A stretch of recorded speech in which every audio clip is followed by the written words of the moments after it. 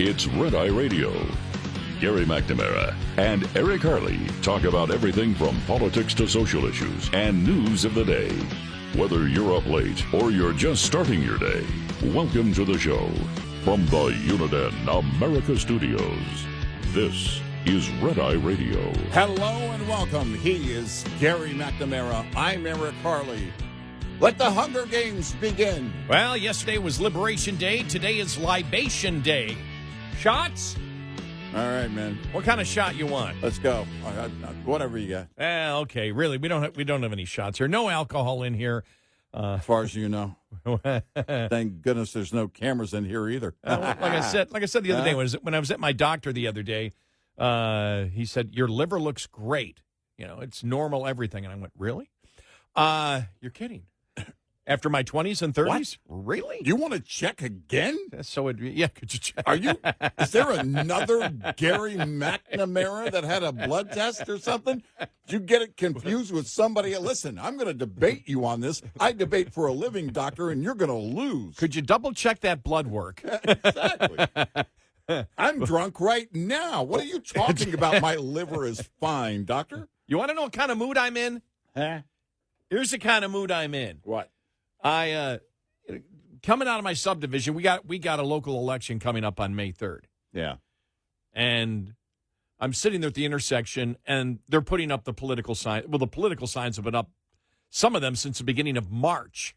Yeah. And so there I am sitting at the intersection waiting for the light to change. And you can't go through. You have to either take a left or a right. So I'm looking right there at this field, and all the political signs are there. And I see this sign from some guy running for Board of Education that said, veteran experienced educator. And my thought was, the hell if I'm going to vote for him. Yeah, right. That's the kind of mood that I'm in. Yeah. It's like, I'm not voting. forget about that. I got to vote for this guy. Yeah. We don't need no education. No way. He doesn't get it. Yeah. But here we go. Libation Day follows Liberation Day. Mm-hmm. Oh, let me just see what I haven't checked in a while. It was 800 and something points down. Yeah. Was it the S&P getting killed? I mean, getting. They were down over 3%. Right. Yeah, it even's going further. Yeah, even further, 3.25% for the NASDAQ. Excuse me. Almost 2.7% down for S&P. Dow futures down over 2%, 860 right now. S&P down 156, NASDAQ down 638. Look, I've said, I said this a while back when, the tariff talk was out there. It's just like government spending. And we said, Americans, we go through cycles in this country. We go through the free trade cycles, and we go through the tariff cycles. It's happened in American history. Americans will find out again how economics works, just like on debt. Americans denied for ages. Even our conservative audience would tell us over and over and over again, up until about a year and a half ago, that you guys make too much of a big deal over the debt. Mm-hmm. Yeah. And government spending. Right. And we would get the calls, and we were just like, no, we're not. And then what happened? Inflation. Yep. And there was the result of it. And we said, nope, you're going to. And now Americans know the government spending, massive government spending, having, as we know, interest rates manipulated as they were really post 2008, 2009, which was when we laughed back in 2012 when Mitt Romney was up there and the Republicans were up there saying China manipulates their currency. Well, what the hell you think we do? We do the same. We do the same thing, and so Americans once again will learn how economics works. Yep. And, and so that's a natural thing through history of people believing that if you get, that if you think something economically, then it's going to happen. Where I don't think that way. I still get it. Well, your opinion. My opinion on economics is not an opinion. It's observation of reality. It's all it is. Right. It's observation of economic reality, which is how people respond to incentive and disincentive. So we'll see how it goes. We'll see what happens. Yeah, we'll see how it happens. It's something that we've been talking about. We've been consistent on our opinion on tariffs for the longest time, and reciprocal tariffs and everything else. Our biggest problem has been with this administration, the lack of honesty and the lack of consistency in their message. But now it's done. Yeah, now it's done, and now we know that the message has changed again. Mm-hmm. Well, it was interesting. The Wall Street Journal had a piece yesterday morning saying they had source stories and they were doing basically live updates on Liberation Day.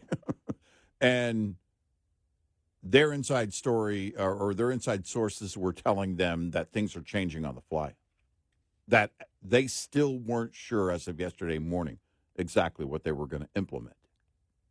And it could be any, and they kind of gave a range. It could be this, or it could be all the way to this.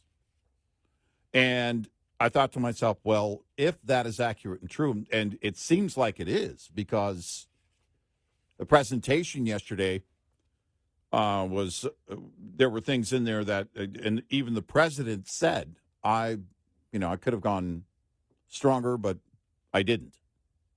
Well, he did. The thing is, well, no, he went stronger than where we were, but where he was talking, 25% during the campaign, across the board, tariffs on everything. And this is exactly what the Wall Street Journal was saying. They didn't know where on that spectrum it was going to land inside the White House yesterday. And so I think it's, again, it'll be a lesson, as you said. It's going to be a lesson for people to go through the process. If you're buying a car, I hope you find the one you want. Well, again, when he said these are reciprocal, they're not. The 10% baseline, it doesn't matter. It doesn't matter whether we have a trade surplus or don't have a trade surplus, you get tariffed. Mm-hmm. So it wasn't about negotiation. The administration said it yesterday. This is not about negotiation. It's not about tariffs. Right. It's a combination of just tariffs across the board, no matter what, the 10%.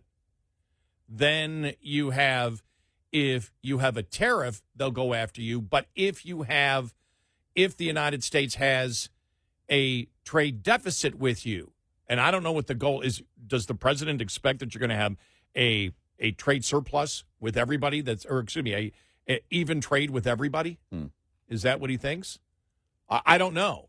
But everything that they have told you has changed multiple times. But now, as we have said, we talked about the inconsistency of the message. Now the message is clear. It's not about negotiation. It's not about that somebody has unfair tariffs. That's part of it, of the explanation, where it's reciprocal on tariffs. But it's also and you can't call it reciprocal because it's not that they're doing anything. But if somebody has a trade surplus with us, then you get extra tariffs on top of you, too. And the evidence pointed out was Israel. Israel dropped all tariffs. And you saw that it was posted yesterday that Canada has said, we'll drop all tariffs if you do. Yeah. It was the Ontario Premier who said it. Right. But Israel showed, well, we dropped all tariffs. Didn't matter. They still got hit, I think, for 17%. So this is what we thought it would be because you had Navarro and Lutnick in there, which is the permanent solution. This wasn't about, we're going to lower the tariffs if you lower it. It's we're going to have permanent tariffs on you across the board. We'll see whether that lasts or not, whether they continue, with that, because the stock market's going to take a hit.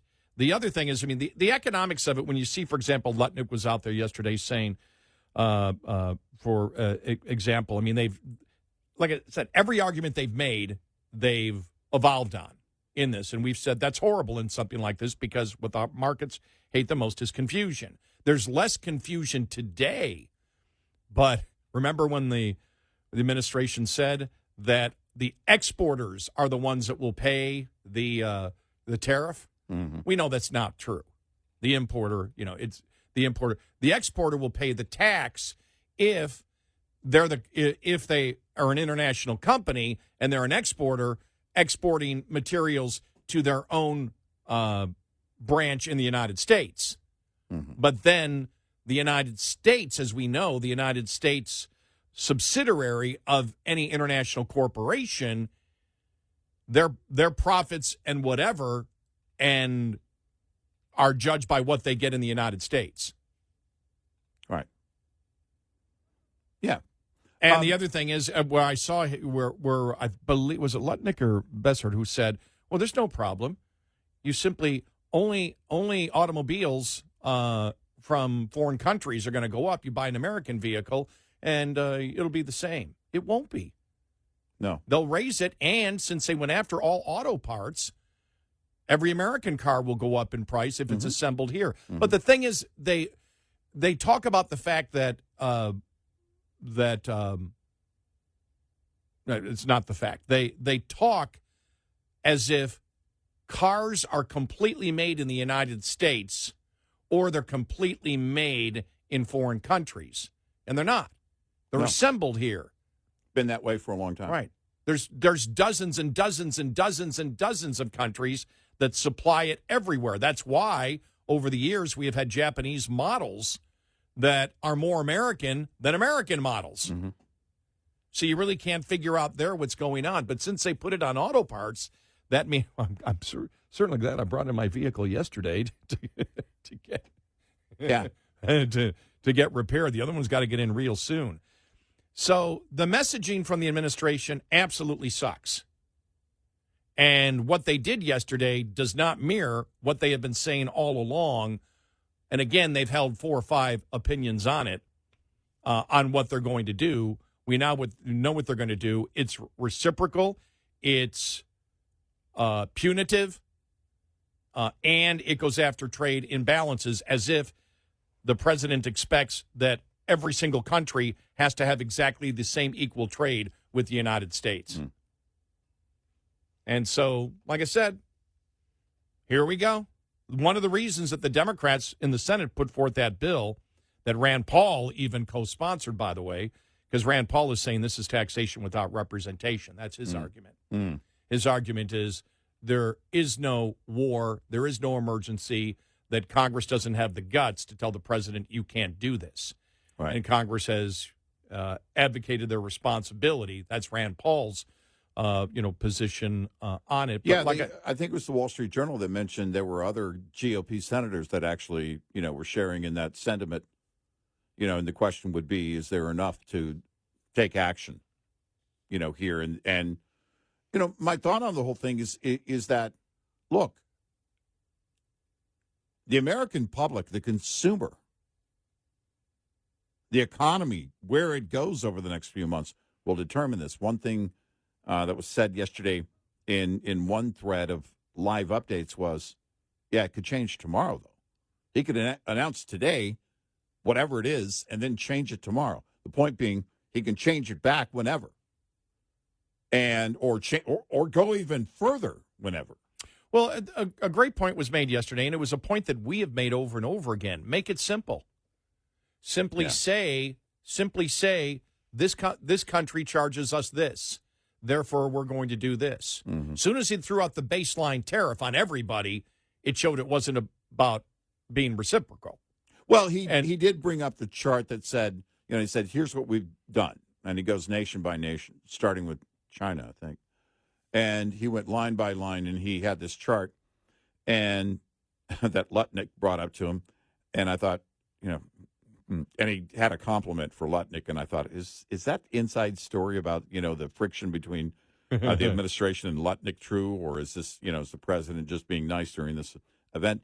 But he said, look, here's what we're going to do. This is what they charge us, and we're charging roughly half. Although when you got down to the UK, I was looking further down. He was going along, nation by nation, and I was reading further down than he was going along. And the UK is 10%, even though the EU was higher. And we're doing 10%. I thought, well, All right. But that's because of the baseline tariff. And that's, look, if you want to take that approach, then you have to know. Somebody asked the question, well, after seeing what they charge us, why wouldn't we be charging tariffs? Look at what all the other nations are doing. Well, first of all, who pays ultimately the tariff if you buy the imported product? The consumer. The consumer. It's a tax. It's the biggest tax increase in American history. I have no doubt that the other nations also have a VAT tax. Why don't we? When the question comes up like that, well, they're charging us this, they're charging us that. Well, easy, because the VAT tax in those countries was not done. That wasn't meant for you. I'm saying we shouldn't have a VAT tax. Yeah, we shouldn't. To the right. argument.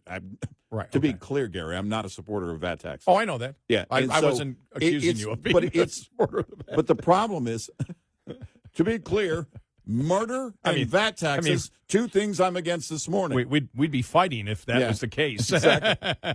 So here's the problem. You get into that, okay, well, they're doing that to us, we're going to do that to them. Well, where does it end? Are we going to behave like other nations, or are we going to be the U.S.? So much to talk about. 866-90 Red Eye. This report is brought to you by Shell Rotella. With advanced synthetic technology, is designed to help keep your rig running with more mileage and less maintenance. Cold weather takes a toll on trucks. As warmer weather rolls in, it's time to assess the impact winter has had on your vehicle before you find yourself stranded roadside this spring. Begin your spring maintenance routine by inspecting your brake system and listen closely for any air leaks. During winter, water and moisture that builds up in your air brake system almost always freezes and turns to ice, which can damage your air valves, air dryers, and other essential components. Check and drain your air tanks to help keep water, contaminants, and corrosion at bay. Also, check your slack adjusters for proper stroke and lubrication. And check your brake lining or pads to ensure proper thickness. We'll be right back with more Red Eye Radio with Eric Harley and Gary McNamara.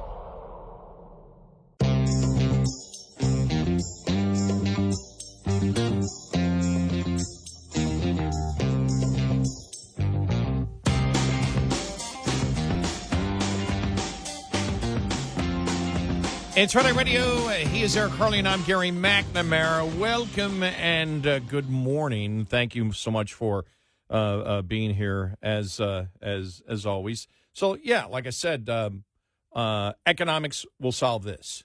I believe that if the economy is hurt too much, that Trump will probably move, as we know, in the opposite direction. I hope I'm right on that. You and I've said, if it's true reciprocal tariffs, as we said, well, then he should just point out and say, okay, Spain has a 17% tariff on us. We put a 17% tariff on them. Make it simple. Where you lose people is where you put the baseline tax in, and then where you really lose people is where you say, okay, every country that has a trade surplus with us, where we have a trade deficit, they also get hit with the tariff. Right. And then it's like, okay, since we know the American public is going to get hurt, we're going to collect hundreds of billions of dollars, and we're going to give that back to you in a check. And, oh, by the way, you companies, you better not raise your prices, you American companies. And it's like, it's you're trying to control the capital of the entire country, and it never works. If it was just reciprocal, and you said, they put this on us, we put this on them, fine, but they've gone way beyond that. Yeah, right. And won't admit it.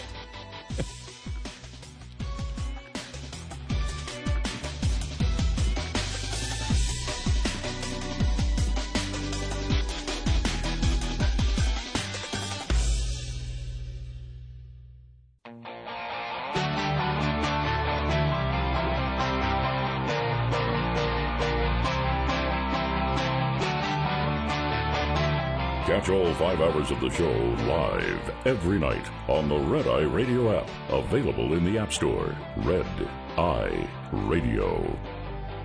And he's Eric Harley, and I'm Gary McNamara. Welcome and good morning. You know, even if I agreed with everything, and like I said, the reciprocal tariffs, if you wish to do that, yeah, you can justify that with the American public. Right. You can say, and they could go country. They have a tariff on us. We do this, but the 10% and then going after the 10% across the board, and then going after countries that have a trade surplus with us, with the expectation the trade should be even with every country. It's just like you've just sent the markets into complete confusion. They made it clear. None of this is about negotiating. This isn't a negotiation. They made it clear yesterday. No negotiation. So that argument's gone from anybody who used that. It's not a negotiation. Mm-hmm. It doesn't matter whether you have a tariff on the United States or not. Now, if you do, you may be charged more. But also if you have a trade surplus with us. But whether you have a trade surplus or not, the tariff still applies to you. Right. Oh, by the way, the Senate was just for Canada. By the way, the Senate thing was just for Canada, not on everything that was announced after it. Right. And by the way, there was a reason why they announced it right at 4 p.m. No, I thought that. In fact, when I saw it yesterday morning in the Wall Street Journal, it's going to happen at 4 p.m. Oh, you mean when the markets close? Yeah. You mean my thing has always been with the majority of what Trump has done, and we said this. That during his campaign, he ran a wonderful campaign and was blunt and honest about so many things. Mm-hmm. The one thing where you cannot get any honesty from the administration is on the whole tariff thing. Yeah, they're all over the place on it. They started out with saying this is going to bring wealth. You don't bring wealth. You don't make the economy richer by taxing it, by taxing the consumer. It's impossible, and that's the one thing that we try to emphasize to everyone who the significant portion of you fight it every time. You somehow believe without being. We had a couple of calls the other day who thought we were wrong but could not articulate one point. Mm-hmm. Not one. Mm-hmm. It was basically emotion and we have to trust Trump. Mm-hmm. Fine. We're simply saying we don't trust anybody. We trust economics. We trust how economics works. We're cynical with all politicians. I used to be a Republican. I'm no longer a Republican because they burn me over and over again on spending. Mm. If you look at the Senate bill that they've got right now, they're not cutting anything. No. The Senate bill's not going to cut anything. It's not going to get done. And so you look at it, the reason that the Democrats in the Senate put that bill through is so they got everybody on record if the economy tanks. Yeah. And then they can solely blame it on the Republicans and Trump saying they did it. Right. They did learn from the example of inflation with Biden. Biden got the full blame for that. Right. Biden got the full blame for the border. They're looking at this going, thank you. Even if I agreed with everything that they're doing and thought that they were being honest on everything with the tariffs, I would still have a huge warning because you don't have time. Because you're not going to have, you mentioned the auto workers that were up there saying companies are going to be rebuilt. There's going to be manufacturing plants here. Even if that happened, that would happen. It would take 5 to 10 years to develop that plan to do that. Right. The UAW worker that was up there, this is we've been watching all these empty plants, just sit there for years, and this is going to bring production back to the U.S. Again. All right. Let's say that's true. That'll be years down the road. Right. And the problem is that nobody will want to live through the pain in order to endure the pain in order to get to the point ultimately that manufacturing is brought back. There are very few people that are willing to say, "Oh no, I'll pay more," over and over again, as long as we're bringing those jobs back, because the overwhelming majority of people don't work in manufacturing. It doesn't benefit them. They're going to spend money based on their own interest. We vote with our own dollar every day, and that's another thing. The overwhelming majority of people don't pay attention like wonks like us to everything that's happening every day. They're watching prices. And if prices go up, the first thing they'll say, especially independent voters, if they don't cut, first of all, they put the unrealistic burden on the administration of we want prices to come down right away, and we're willing to give you some breathing room. But if we're into next summer of 26, and prices are still going up, I mean, going up even further than the 2-3% inflation of normal times, there's not going to politically, you lose that all day. And that's the problem. You get to a midterm a few months later, November of next year, and the GOP loses the House, and Trump becomes a lame duck. And it would be quite unfortunate to have that massive, largest political comeback in American history end with Democrats getting the House next year. Yeah, I voted for Trump a third time, and this time I voted for Trump mainly because of the weaponization of government and the border. Mm-hmm. And to continue the tax cuts, even though the tax cuts raised your taxes and my taxes. Yes, if you didn't know that, if you've never heard that, the Republican tax cuts of 2017 raised our taxes. Yep, just filed yesterday. Again, thanks a lot, Ted Cruz. We still believe it was the right move to do, though, yes, even though our taxes got increased. Yes, at least that's what we say on the air. Yeah, exactly. Right. No, I think we complain a lot on the air, too, since 2017. I know one of us does. I'm not going to name any Eric Harley names, though. So the border, the economy, less regulations, the climate change stuff, pro-growth is what I was looking for. But what you've got here is anti-pro-growth because you're making things more expensive, and that's anti-pro-growth. Mm-hmm. And I know what the thing is. Yeah, but years from now, it'll be right. But the Republicans, if they lose office because they can be blamed for it, and the Republicans don't win the House, then the Republicans don't win because the economy still isn't shaped up in 3 years. And the midterm at that point then gives, even with just a House win for the Democrats, gives the Democrats momentum going into 28. Exactly. And if it doesn't improve, that's the problem with it is, what's this and this is the question we were discussing yesterday. What's worse?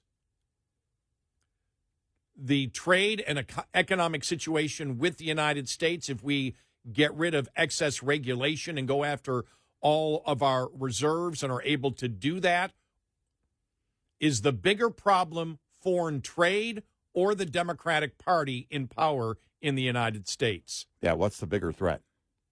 What's the bigger threat to the United States? The trade situation and where we are economically with Republicans in power, getting rid of all the climate change stuff, actually being able to cut, going through all the waste and abuse.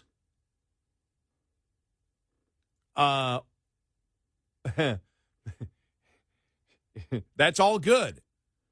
But you look at it, and this is a question that you and I have, even if I agreed with everything that they're doing, what's a bigger challenge and problem to the United States? Foreign trade or the Democratic Party in control in the United States? That would be my question. And because that's my major concern. Yeah, it is. That's my major concern. It's been where, because the 4 years is a short time if you have 4 years. And if you have headwinds going into next summer and then ultimately Election Day next year, Democrats get the House and, okay, there we are. It's executive orders for 2 years, but really nothing else gets done. The GOP, the Trump agenda is over. Right, and everything gets reversed if it's just executive orders. Right. Because now... as soon as the Democrat gets into office, say it out loud. President Kamala Harris. Say that out loud. How about President Booker? President Spartacus. Did you see Frank Luntz? By the way, I saw an article said Frank Luntz, Republican strategist and pollster. He's not a Republican strategist. No. Where the hell did they ever get that from? No. And it says that might have been one of the most important moments in American political history. What drugs is Frank Luntz doing? What? The 25-hour thing? Yes. I'll play the audio. I've got the because you're doubting it, right? Is I'm just Gary? thinking Come on, myself, Gary. You cannot be telling the truth on that one, right? Then, if talking for 25 hours straight is one of the most important moments in American history, then I'm a pretty important person. I've done that before. Eric and Gary have changed the course of American history. Right. Are you ready? All right, here we go. Even the guy on News Nation, his eyes were like, what? You could see in his eyes like, what? Here we go. But are they energized in running in a circle and fighting with each other, or are they energized in a direction? They're going crazy right now. And they're going crazy because they don't see leadership in their own party. And I want to emphasize what Cory Booker did over the last 24 hours may have changed the course of political history.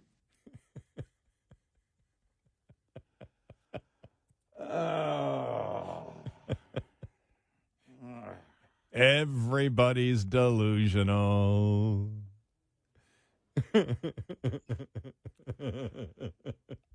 I have a theory, and it really is growing stronger every day, that there was a parallel virus to COVID that affected the brain. I really think that I'm right. I'm getting evidence more and more every day. All right, shots. It's libation. It's Libation Thursday after Liberation Wednesday. Let's just move on to vaping, shall we? I'll be vaping Friday.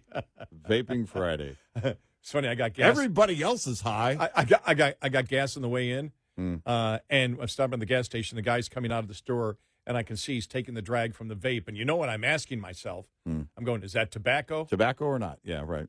Yeah. Yeah. A couple of years ago, I played golf with this guy who got significantly worse, and he was, he had the little vape thing, and I didn't know. And I said, wow, I go, that's a lot of tobacco. He goes, it's not tobacco. So during the round of golf, he got significantly worse. Yeah, with each hole. Yeah, he got significant. Yeah, he was getting significantly worse. I thought it was tobacco, and I went, "Is that tobacco?" He goes, "Yeah, my game's getting worse." I go, "Well, is that tobacco?" I go, "Yeah, I know you have a couple of beers." He goes, "No, it's not tobacco." So, maybe that's your problem. Well, it's the stuff that it's the Delta is either the Delta 8, Delta 9, or whatever the synthetic stuff pot is that's still legal in Texas that they're trying to make illegal. Right. But I was like, how the hell can you golf doing that? Right.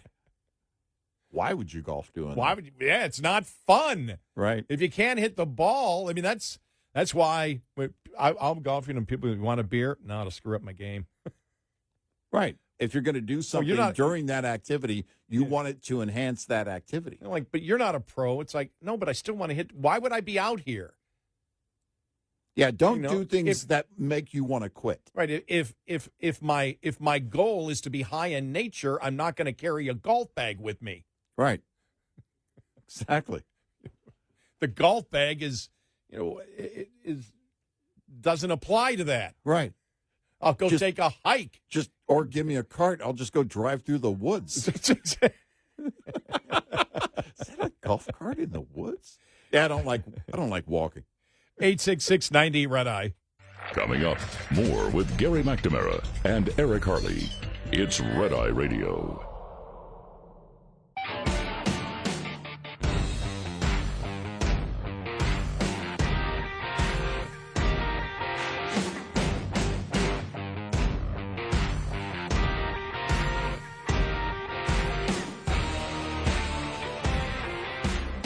It's Red Eye Radio. He is Eric Harley, and I'm Gary McNamara. Libation Thursday follows Liberation Wednesday. Right on. So there you go. Except I don't even have any coffee. I don't have anything in front of me. No I've I got don't know, a coffee, no water, got a nothing. Diet Mountain Dew and some water. Here it is. Gas prices in California nearly $2 above the U.S. average due to state policies. New report out there. We will get to all of that, more on tariffs. The interesting thing of Wisconsin voters endorsing voter ID. That was a good thing that came out of it. Yeah, right? You see DeSantis blasting the guy who won, the new representative, fine. He blasted him yesterday, saying that if he didn't get Trump's endorsement, he probably would have lost. Wow. So we'll get to the entire thing, too, on Social Security numbers and Social Security, all coming up.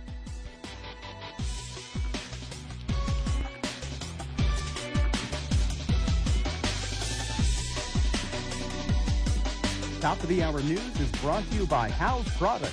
Visit houseproducts.com. This is Red Eye Radio on Westwood One.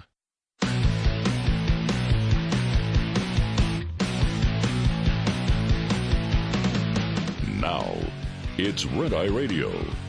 Gary McNamara and Eric Harley talk about everything from politics to social issues and news of the day.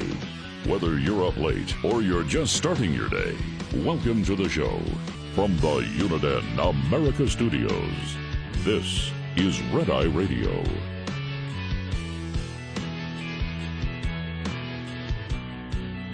All across America. We are Red Eye Radio. He is Eric Harley, and I'm Gary McNamara. Ooh, welcome to the show. Thanks for being here. I thought I had the Cory Booker cut. I don't. Oh, okay. I'll have to go back. All 25 hours of it? No. I played the Frank Luntz. I was going to say, we're going to be late for the break. What did I do with it? I I can't believe I didn't save that one because it was beautiful. It was Cory Booker talking about that the only team from New York is the Buffalo Bills. Oh. He actually said it. I thought I saved that. Darn it. You'll find it again one day. It's like when he's president. Hey, remember when he said this? It'll appear on YouTube. Yeah. Wow. What a day yesterday. Yeah, it was quite the day. It will be interesting to see where things go short term, long term on the economy and the market's reaction, and how much pain politically the administration is willing to endure. Well, this went viral yesterday. This went viral. Okay. And so this went viral on Liberation Day, so we're going to play it on Libation Thursday. Yeah. All right, here we go. In 1930, the Republican-controlled House of Representatives, in an effort to alleviate the effects of the, anyone? The Great Depression, passed the, anyone? A tariff bill, the Hawley-Smoot Tariff Act, which, anyone, raised or lowered? Raised tariffs in an effort to collect more revenue for the federal government. Did it work? Anyone? Anyone know the effects? It did not work, and the United States sank deeper into the Great Depression. So there you go. Argument over. Ben Stein. You know who he sounds like just listening to it there? The younger Ben Stein sounds like Milton Friedman. A little bit, yeah. Yeah, I guess. He didn't sound like the later Ben Stein when he would, anyone, or he just had a slower cadence to it. Yeah. I just love the looks on the kids in the class faces. Lower or higher? Anyone? Completely lost. No, I had a world history teacher that talked even slower and had a really deep voice, Mr. Vaughn, and that was my first class of the day when I was a sophomore. I mean, it was like staying awake was a challenge. I think that's when I discovered coffee. Because it was like, and then in 1847, we had, and it was for the entire hour. When we had a test, it was actually, oh, that's great. I can stay awake Yeah. I probably looked like those students in the movie. As Mr. Vaughn was talking, I probably looked like the kids in the classroom. Ferris Bueller's Day Off. Some of the talk yesterday was, this is actually a few days old, maybe even a week old, that Elon Musk is out by the time we get to May.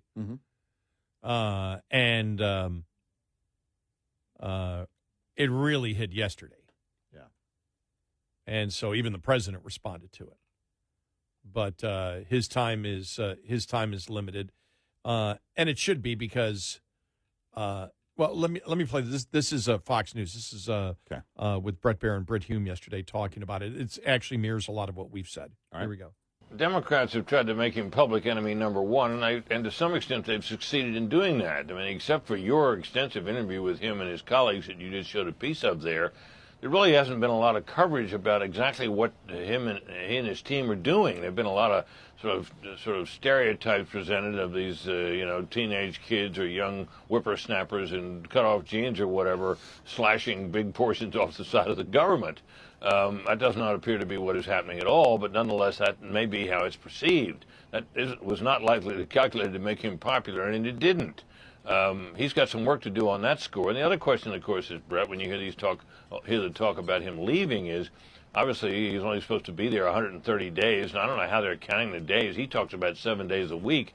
If that's the case, he's well on his way. He'd be at about 90 days now. And so we'll have to wait and see. But I don't think the president's going to give up on him, but I can see why there's anxiety in political circles.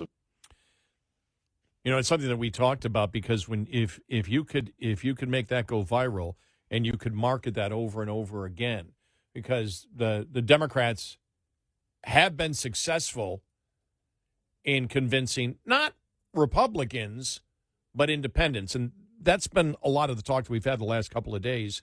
You still have to realize that it's 10 to 20 million people that change elections in the United States, and they're fickle. You know, you look at it. What did I see yesterday?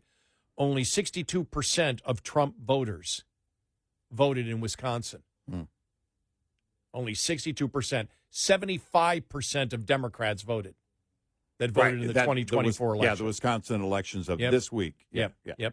For the Supreme Court. Right. 62%. Scott Jennings talked about. You know, we saw how Trump outperformed.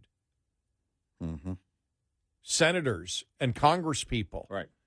Which meant, as Scott Jennings talked about, you had a significant portion of people vote for Trump who just went in and voted for Trump and didn't vote for anybody else. Nothing on the down ballot, in and out. Right. So, of course, you know that if you're going to go and vote for a president, you want to make sure he's got the Congress he wants. They didn't care about it.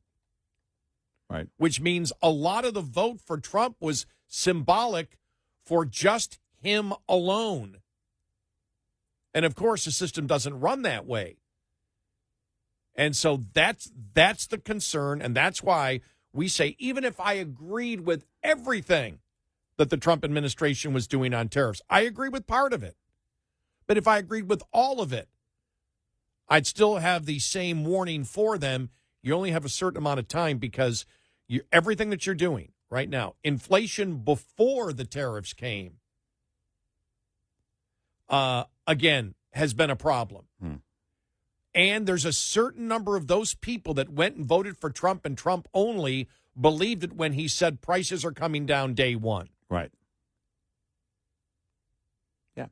Something I mentioned earlier, and that is that most people aren't wonks.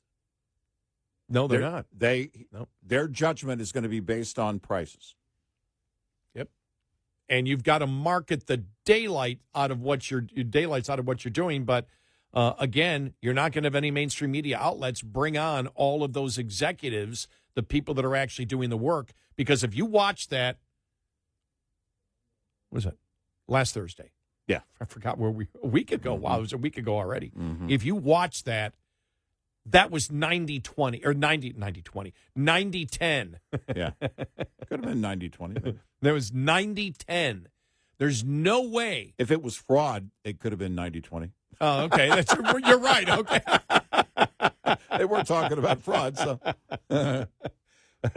if you saw that, you're an independent, there's no way you could disagree with anything that was on there. In fact, you'd sit there and say, well, all the stuff I've been hearing about it's young people that don't have a clue. Well, right. No, these people seem to know exactly what's going on. You know, the whole thing about the number of illegals that have Social Security numbers. And you got Democrats going, well, we don't believe that. Right. Well, they got the evidence of it. Mm-hmm. And Democrats are saying, you know, we don't believe that. But Musk, you know, will we even see him a month from now? Will he even be a part of the administration at all? Or do they feel they cannot rehabilitate the false imagery that's been thrown at him by Democrats? Because it's all false. Well, it's not true. But I think, I think the effort would be to essentially let it go quiet. In other words, not have a face for DOGE. Right? The DOGE thing, look, conservatives love this. I love the idea that, in fact, just the fact that we're having a discussion about spending is a big, big deal. But having a face for DOGE, you're going to, you know, basically you're creating a for the liberals a double negative. You got the Trump thing that they hate, and then now Elon Musk that they hate. Well, the Trump hatred has been there for a long time, and Trump, again, based on the hatred, hasn't flinched. So, and really Elon Musk hasn't either, but the problem is politically you've got to pull everything together, and hopefully economically they'll be able to do that for the midterm. You know, I've been saying, too, on the midterm and talking about Wisconsin and voter turnout and the Trump voters who only voted for Trump and then didn't vote on the down ballot. This is Trump's agenda. He's going to have to pull the GOP together. But the problem is if the economy's not doing well, summer of next year, all the campaigning in the world is working for naught because the American people are going to vote based on their dollar. Well, again, it's coming to a head with the Senate and the Senate budget plan, which really doesn't cut much at all. Right, yeah. And so will the conservatives go for it? Because we said the continuing resolution was the last time you probably can get away with it. Right. And can you present a budget,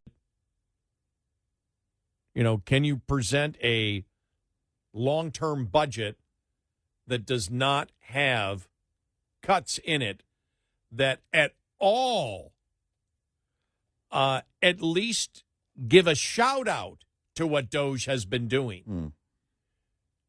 And if you can't do that, will DOGE get quiet because it will become a negative for the administration if Congress can't do it?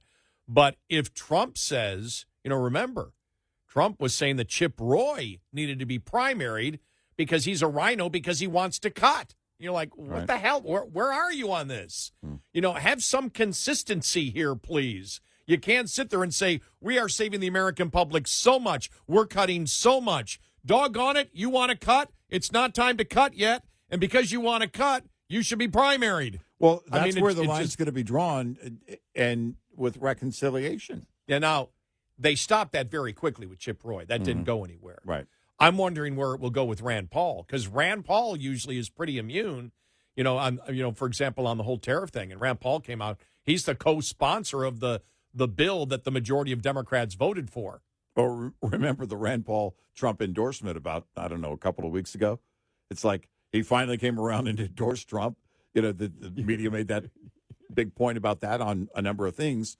But then where does it go based on tariffs or anything else where you're not going to see eye to eye with the president, with the administration? Because if you've got that working against you, going into either 26 or 28, where's the Trump base going to be? Are they going to show up in 26? Do they show up Well, for a midterm? where's the Republican base going to be? Does the Republican base at all in the midterms factor in any of the people? And I don't know what percentage it is, but if it's 3 or 4%, that's huge. That's the difference in winning or losing an election. Will they just, no, we were just Trump and we don't care about the Republican Party? Because you don't care about the Republican Party, and that in November of 2024, you only voted for Trump and didn't vote for anybody in the down ballot and just voted for Trump and walked out. I'd love to do a full sit down with the people that voted that way and why. You and I lost confidence in the GOP a long time ago. There may be a few that I just don't care about the party. He's got to have the tools. We said this saying it to him in 2016. You can't drain the swamp. The original drain the swamp was get rid of the establishment Republicans on Capitol Hill, right? Well, you can't do that overnight. You're going to need those votes behind you. You need your party behind you. Coming in, he had his party behind him. Or did he? Based on the voter behavior in November. Imagine if those, and I'd love to see the numbers. I'm with you. I'd love to see those numbers. Yeah. What if they had voted straight ticket styled in the down ballot? How many seats in the House would have been done? How many seats were lost because of that dynamic in the election? 866-90-RED-EYE. Brought to you by FPPF, Fuel Power Max. The IFTA tax program redistributes tax revenue to states based on your actual miles run. Thus, the truly cheapest fuel can only be found if you subtract federal and state taxes and state surcharges from the pump price to compare. The strategy means that you buy without regard for whether you are paying more at the pump in taxes. IFTA also considers state surcharges, which complicates the fuel buying strategy. Indiana, Kentucky, and Virginia have per-gallon surcharges. Connecticut, Kentucky, New Mexico, New York, and Oregon have per-mile surcharges. While some owner-operators buy only enough fuel to get through surcharge states, this practice can backfire, depending on the actual cost of the fuel in each state. When comparing fuel prices, always remember, pump pride minus taxes equals the real fuel cost. Owner-Operator Business 101 is provided by Overdrive's Partners in Business program. Go to overdriveonline.com to the Partners in Business section of the website for more detail on this and many other topics. Brought to you by Shell Rotella. With advanced synthetic technology is designed to help keep your rig running with more mileage and less maintenance. Lines open for your calls. 866-90-RED-EYE on Red Eye Radio.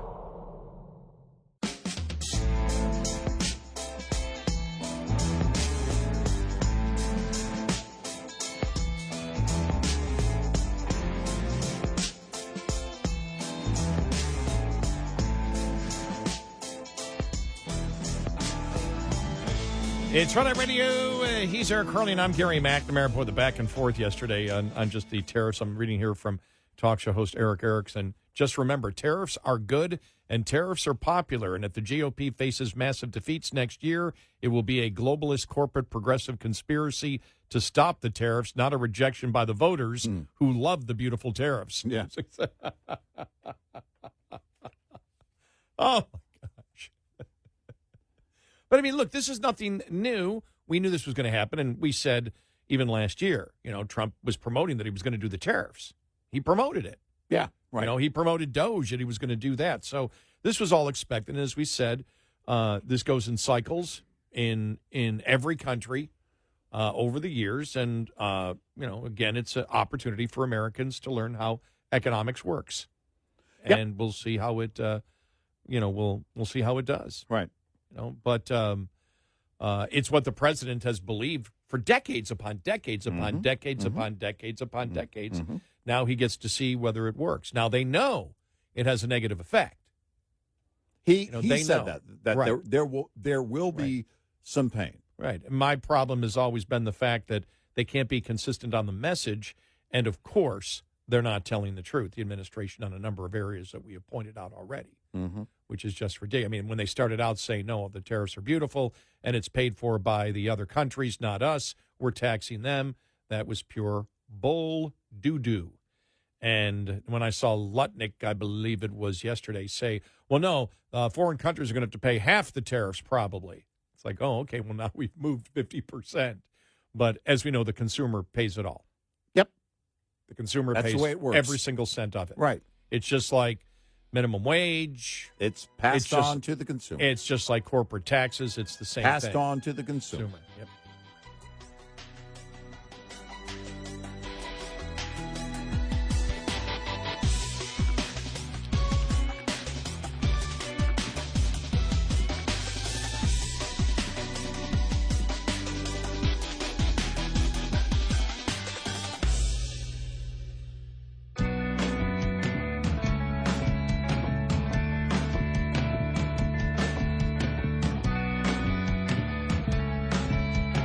Catch all 5 hours of the show live every night on the Red Eye Radio app. Available in the App Store. Red Eye Radio.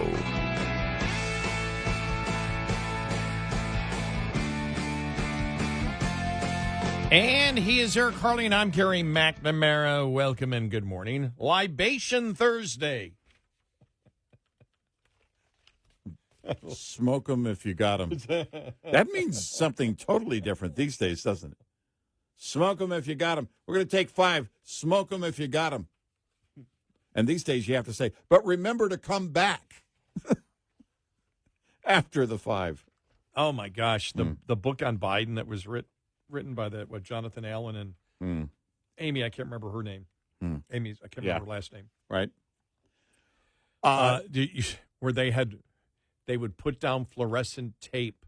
Yeah. So Biden would know where to walk. Remember, though, early on, and I think that was the remedy when they realized we can't be seen as having to lead him around, or we can't have Jill standing on the side, the First Lady standing on the side, telling him where to go, or anybody basically pointing. Put some tape down so he knows where to go. Did you see the story on the, I think we talked about it, the statues they want to put up of Obama and Biden? And here's the thing, the rendering of those statues, the Biden statue looks just like Biden. And I mean, he looks just like a statue. I thought it was Biden. I was like, well, what's the statue going to look like? Oh, that's the statue. Sorry. Yeah, it's wow. It's all okay. That, by the way, that book you mentioned, it had when I was reading the story, I thought to myself, okay, is this all going to come out in separate books? I mean, certainly there are going to be multiple books, but am I going to have the big question? Am I going to have to read multiple books to get the full story? Somebody needs to come out and do the full story. The tell-all. Somebody. It has to be, I don't know, it'd have to be Jake Sullivan, wouldn't it? I don't know. Somebody at the top of the Biden crew. Watching part of Morning Joe yesterday as they had, the authors on, and Mika and Morning Joe just sitting there listening because they really can't comment because they were 2 of the biggest BSers on Biden to begin with. F you if you can't handle the truth. Yeah, remember? That's what Joe said. You and I'll never forget, you and I looked at each other and said, is he that in a bubble? Doesn't he know he's going to get destroyed here? Right. And you really wonder because these are people that are experienced in the media and seem to have absolutely no instinct about how to maintain any type of credibility. Even forget about having credibility with the other side. Right, yeah. Because if you disagree with the other side, you have no credibility. Right. But when you lose credibility with your own side. On a simple observation, like cognitive issues with the president, then president. My gosh. You're better just to say nothing. Don't address it. I know. Don't bring it up. If you're looking to defend him, don't bring it up. And if somebody does bring it up, you do the whole, liberal thing. How dare you? You're not a doctor. You can't diagnose what's going on. But they went full on. Scarborough. Oh, my gosh. I could just see them in the ride home together after that morning. Did I do good? I said, F you. Did I do good, hon? Did I do good? Huh? Wasn't that great? Huh? I did good, huh? I said, F you if you can't. Can we stop handle for an it. ice cream on the way home? Because I did good? You Just can't. virtue signaling. What I'm gonna do is, I'm gonna be like that guy in that movie. Remember the guy? You can't handle the truth. You can't handle the truth. And if I throw that out, well then yeah, they'll all agree with me. You're damn right I ordered a code red.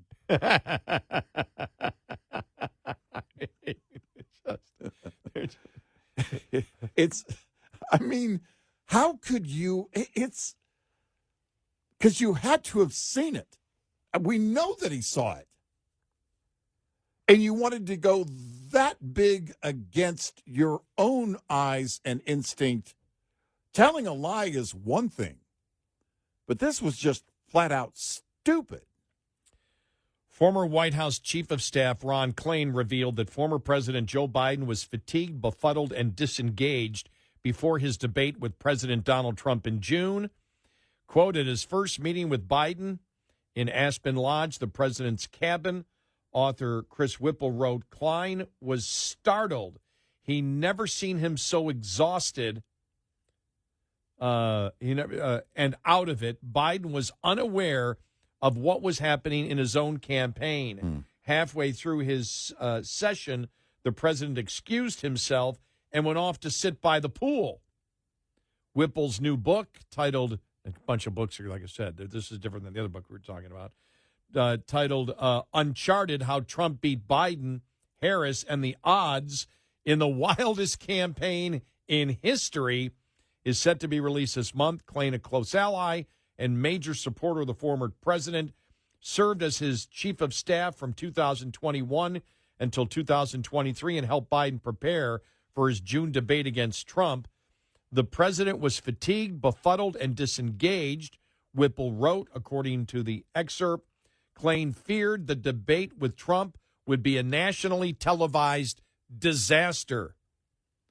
The debate preparation team then organized 2 mock debates for Biden.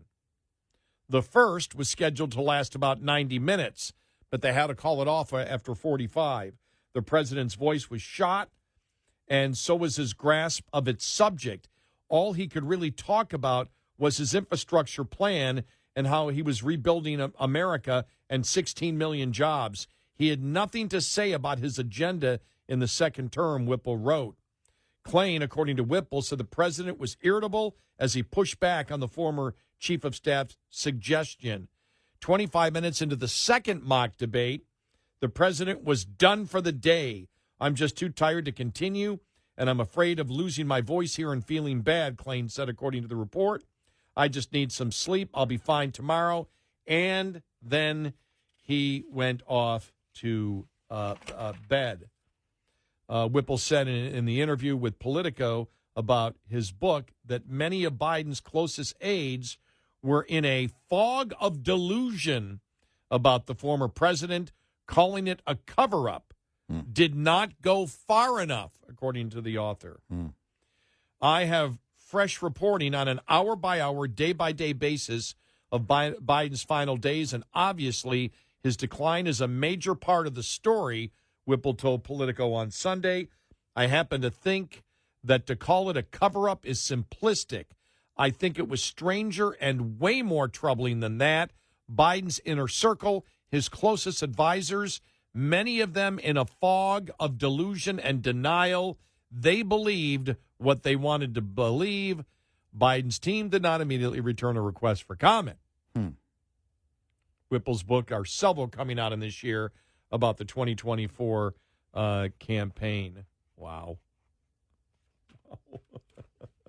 You know, not shocking. You and I were talking about it during the my gosh, this would have been probably about this time last year.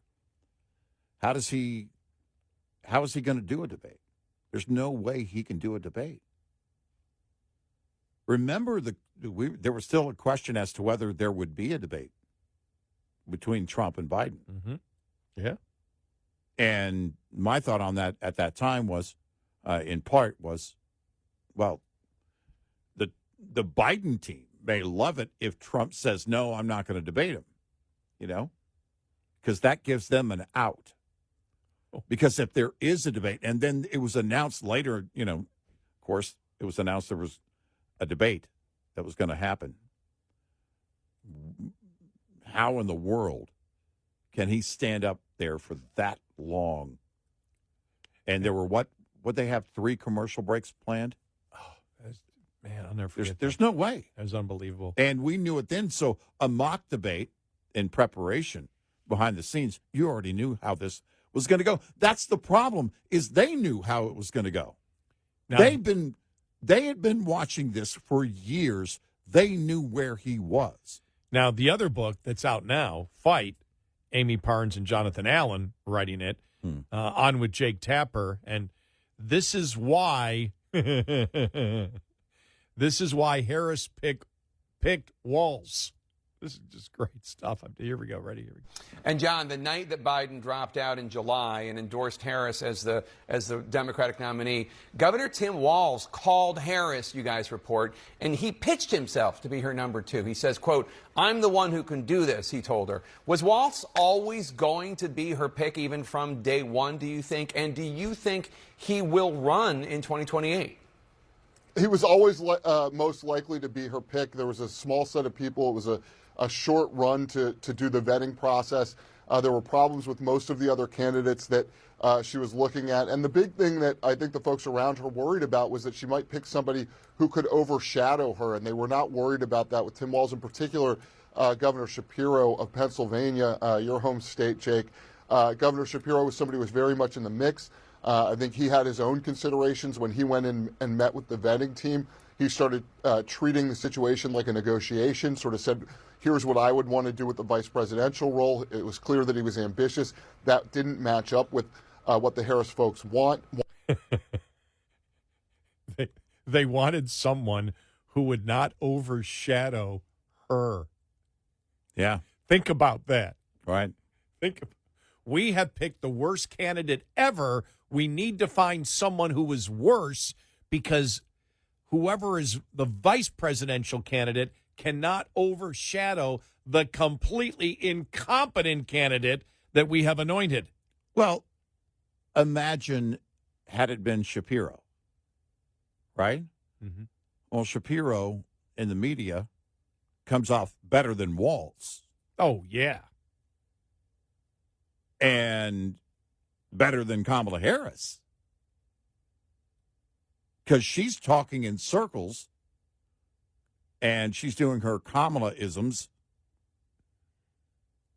What was and it has never been and is not to be and fourscore and whatever.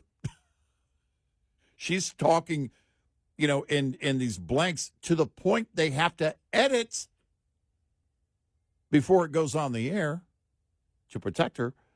Well, Shapiro didn't have that problem. You can't pick Shapiro.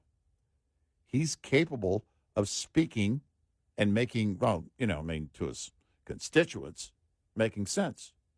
Walz looks like a clown. In fact, might have even been a good distraction so that people weren't paying as much to her and her incompetence. They needed to I could make that argument. And we have to find someone who's more incompetent than she is. Yes. There he is, the guy waving his hands. Exactly. Spinning around. Right. Like Richard Simmons. Listen, let's give 10 minutes for the caffeine and sugar to wear off, clearly, that he's had. Then talk to the guy. That's why it was so funny Yeah. when Walz himself was doing the interviews. Now he doesn't seem to be around as much than the last week or so when he was saying that Republicans were afraid of his kind of masculinity. It was like, oh, my God. Exactly what kind of masculinity you have that, Tim? No idea what your self-image is. Right. None. 866-90-RED-EYE. Get in touch with Red Eye Radio, toll free at 866-90-RED-EYE.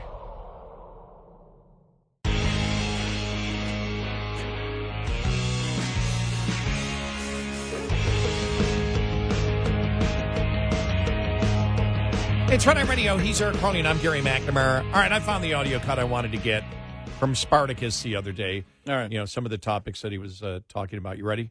Okay. All right, here we go. Right. There's only one football team in New York, and that's the Bills. There's only one football team in New York, and that's the Bills. That's good. The other one's playing New Jersey. That's when he was rambling all over the place.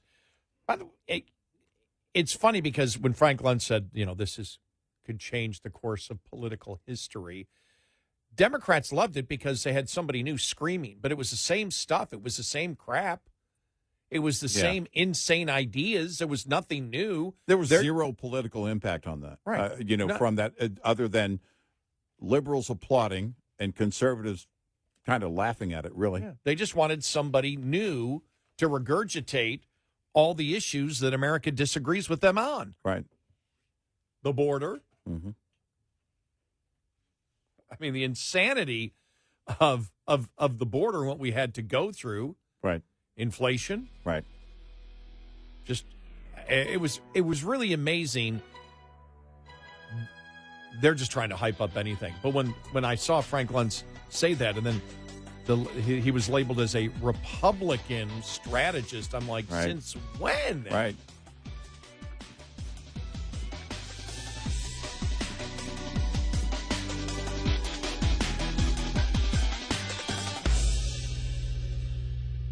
This is Red Eye Radio on Westwood One.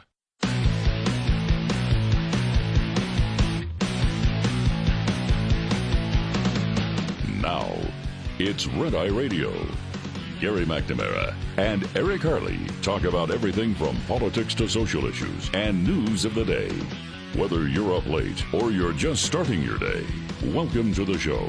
From the Uniden America Studios, this is Red Eye Radio. All across America, we are Red Eye Radio. He is Eric Harley, and I'm Gary McNamara. Thanks for being here this morning. Thank you. Welcome to Libation Thursday. Oh, man. We don't get to drink, so you have to. I wonder if this was a podcast, if I would. If it was just a podcast. You know, a number of podcasters seem to drink. Yeah, I mean, during their show. Yeah, Bill Maher, they always have a cocktail, and I love it when the guest says, "No, I don't drink." Really?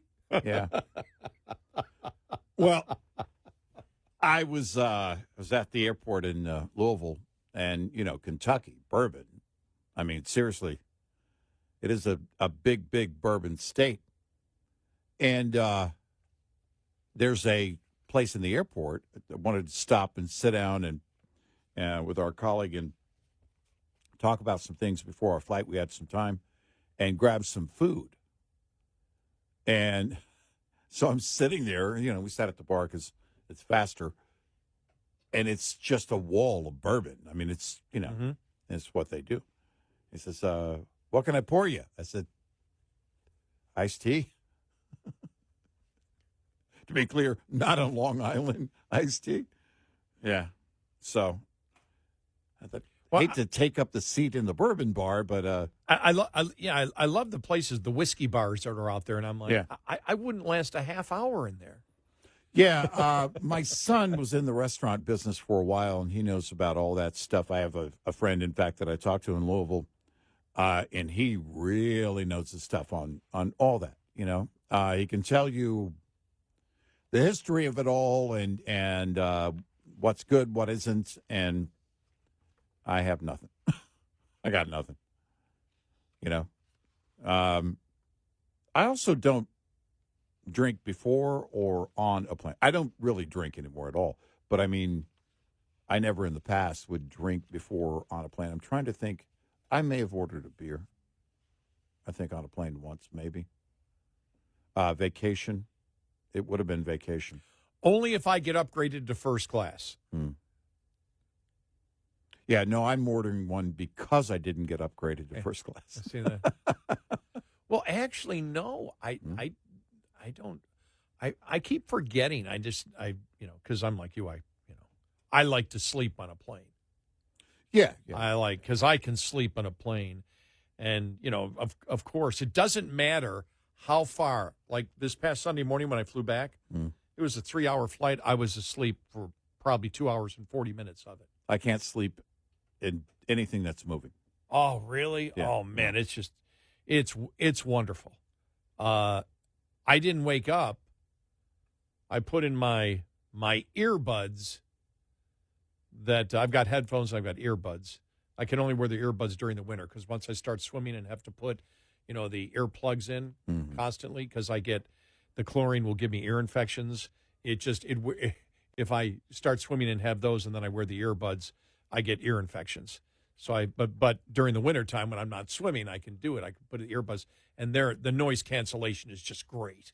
You don't hear anything. And I can't believe it's better than my headphones, my earbuds. And so put that in, and until we hit the tarmac, that's what woke me up.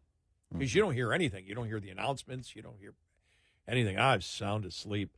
But, of course, I woke up. I reclined the seat so I didn't tend to, move forward, and then you're sleeping basically hanging over. And when I woke up, and I don't know how long, I was hanging over. And I looked, as soon as I woke up, I said, I'm hanging over. I looked at the guy next to me. He's sound asleep. He's hanging over. So, but no, I can sleep on a plane, which is great. I love it. Yeah, and I don't drink on a plane because I'm usually going to have to drive when I get there, Plus, I need to be awake. Yeah, that's true. And I'm always running a vehicle, so the last thing you probably really want to do... Step up to the rental counter smelling like alcohol. Give me your fastest car right away. Yeah, I got a real fast car. You know, when you rent a car now, they'll sit there and they'll say, we'll surprise you. They now have the will surprise you. And it's like, could be an electric vehicle. They can't get anybody to rent the electric vehicles. Yeah. Yeah, the answer is no. Yeah.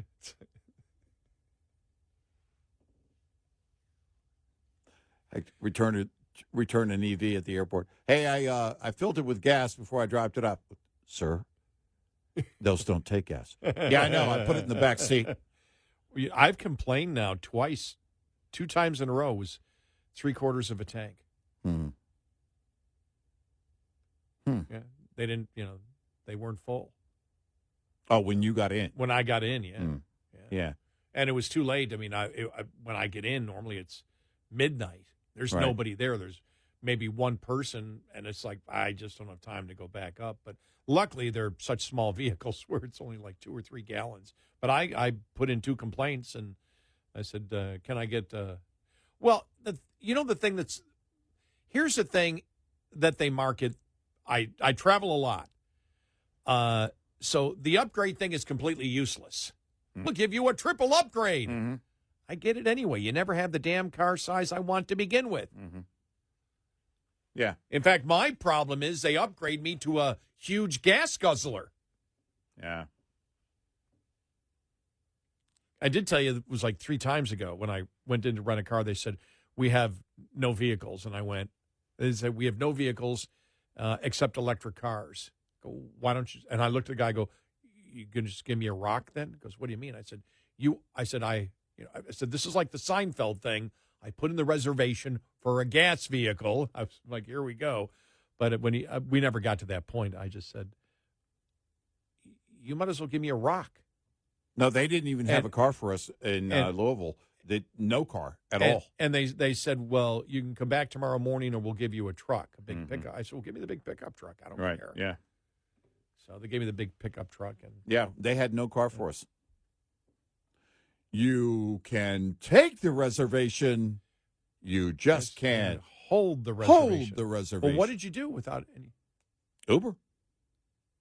Airport had a shuttle the hotel had a shuttle from the airport. And the hotel we tipped kind of heavy. I tipped kind of heavy.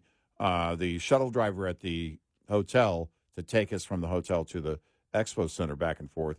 I think we only had to use Uber twice, I think, during the 4 days. Yeah. How come the federal government isn't involved in that? What? You put in a reservation and you get there and there's no vehicle. Right. Yeah. You can take the reservation. I'm sure it's in the fine print. It really isn't a reservation. Right. I'm sure that's in the fine print somewhere. It really isn't a reservation. And the other thing is, I've been flying now for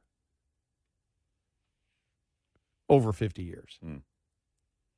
But I've been flying consistently, all the time since 98. Mm-hmm. I'm just almost at 1 million miles, which, by the way, gets me permanent gold status on American, which is nice. I'm only a couple of thousand miles away from 1 million. And so really my real active flying, I would fly maybe once every 2 years before that. And now it's 15 times a year I'm flying, probably at least, probably more now. And in all that time, like when I got on in 97 and everything else, and there was, 97, I didn't have email yet, but you really go from 2004 on, and then the websites came along. There has never been a sale for anywhere that I'm going where they say, we got a sale. Never. Yeah. Never. Right. There's never been a sale to anywhere where I have ever gone. Right. Where they've said, normally the price is this, and it's a sale. So the whole upgrade thing and the whole sale for airlines, it's like, well, we have a sale. If you're flying from Amarillo to Lubbock, which it's a pretty good route. Okay, maybe I should pick something different. If you're flying from Lubbock to Poughkeepsie. Yeah, exactly. If you're flying from Lubbock to Poughkeepsie. From Lubbock to Jackson Hole. Yeah. Well, that might even be that, because it's Jackson Hole, and it's, during tourism season. Mm-hmm. But yeah, it's like the cities they have listed are like, who the hell's going to fly? How do you even get to that one? I think it's the whole point of the sale. Yeah, exactly. Maybe we could convince people to go to Poughkeepsie if we just lowered the airline costs. But the upgrades, every time I burst out laughing. And the other day I got, you can get a double upgrade. Yeah. Well, most of the time for me, it's Budget Avis, which is the same company. Mm-hmm. And if I want to, if it's like the economy car, if I want to rent an economy car, it's, it's a certain price. Right. And let's say I rent a car for 3 days or 2 days. If I want to rent an intermediate, which is a little bit of a bigger vehicle, which is nice to have. Mm-hmm. And when I was driving Dad around, he liked a little bit of a bigger vehicle, so I wanted to make sure I at least got that or a bigger vehicle. It's only like $3 more. It's like $1 more. There's not like a huge jump. Right. And the cheapest vehicles to rent right now are what? Are they the super compacts? Nope. Electric vehicles. Nobody wants an electric vehicle. Nobody wants to rent an electric vehicle. Yeah, if you got people that aren't familiar with how to, operate one, don't want to mess with the charging thing, you're not going to do that unless you drive one at home. I don't know. Is anybody renting Teslas? Because I could imagine that. Sir, you better take all the insurance. Right. We suggest all the insurance. Yeah. Because I'm not going to beat the hell out of it, as Jerry Seinfeld said. Somebody else might. Somebody else might. It's a good question. I don't know. I haven't noticed Teslas in the very few. I don't travel a heck of a lot, but I haven't seen a lot of Teslas. I'm sure there are some on rental car parking lots somewhere. I'm going to have to look. I'm going to ask them next time. Well, they're thing is, well, I always want to ask, but they're all too busy. A couple of the companies were selling all their EVs, saying we can't do this. We can't keep what people won't rent. Yeah. Economy is one thing, but the hassle of having to recharge an EV. And I don't know what they charge for, if you don't return it, you can pre-buy the gas at California prices. Well, that's a question. What do they charge if you don't recharge? What do they charge if you don't recharge the battery? Well, I really wouldn't want that at 4 a.m. in the morning. Right. Okay, I got to catch that 7 o'clock flight. Okay, I got to sit in line to recharge this thing. Well, when I'm in, the vast majority of the time I'm going to see my dad in Buffalo, I don't think I've ever seen a charging station. Yeah. They probably have them somewhere. Right. No, yeah. I did see them downtown when I went to the big hospital complex down there. Yeah. They had them there. They said they pointed out the charging stations. Okay. But besides that, just in normal driving, I don't see a charging station anywhere. Right. I know they're around in Dallas, but you would know if you're a Tesla driver because they give you the whole map for that. Mm-hmm. But I don't think I've ever seen a charging station or a sign that says charging station here in my drive. Between here and your home? No, just in my general driving in Dallas, Fort Worth. I know they exist because when Uber picks me up and it's a Tesla driver, I know that they tell me, oh yeah, well there's one over here, and then they'll show me the map. Here's where they are. So they exist, but they're not really publicized. If you're like renting a vehicle, the first thing you want is, well, where is the charging station? Right. How do I find out? And they're too busy to tell you anything at the rent-a-car places. They're way understaffed. Yeah. Right. So no, there was a long line at the airport the other day because it was clear they didn't have enough people working. Wow. Yeah, it's crazy right now. 2 hours last year one time. And wow. I'm one of the fast break people. You're supposed to walk 2 hours to rent the vehicle. Yep. 866-90 Red Eye. We'll be right back with more Red Eye Radio with Eric Harley and Gary McNamara.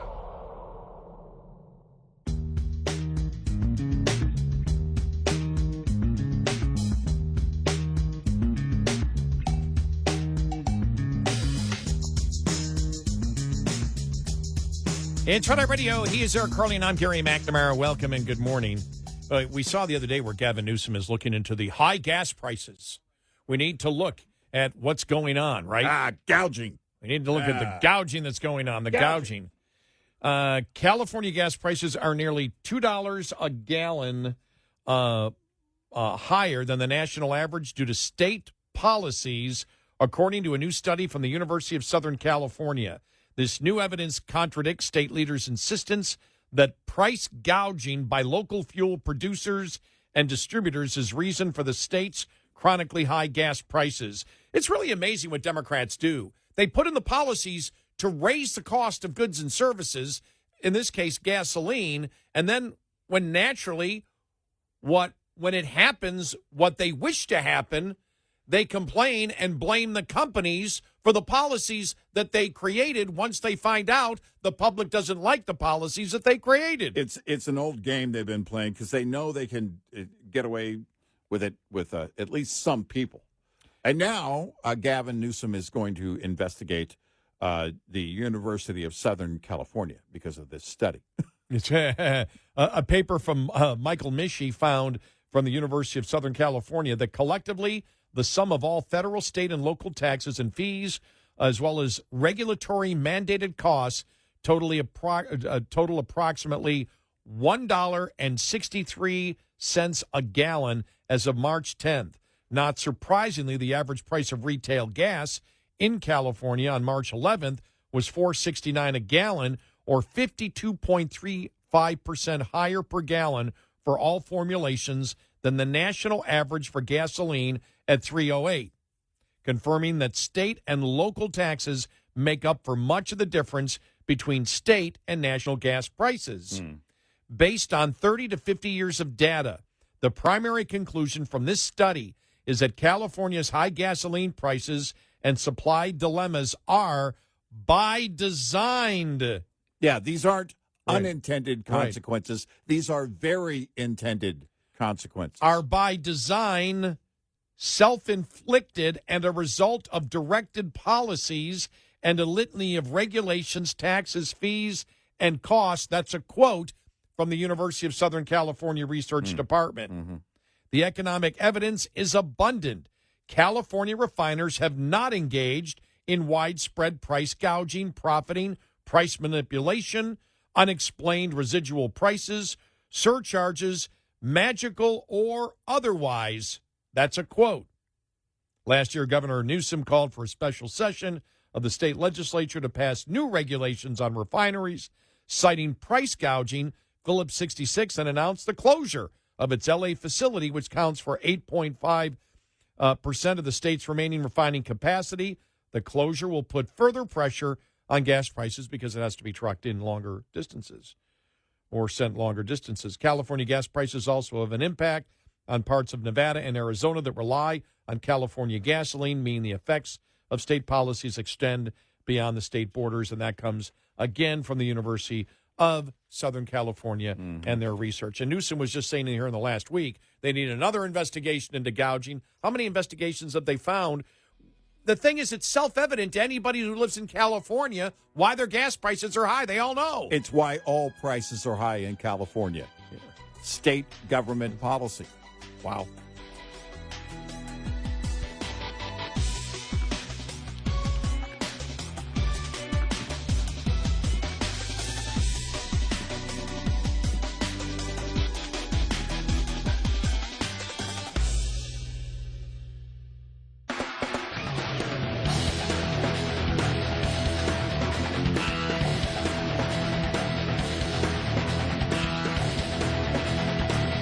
You're listening to Red Eye Radio from the Uniden America Studios.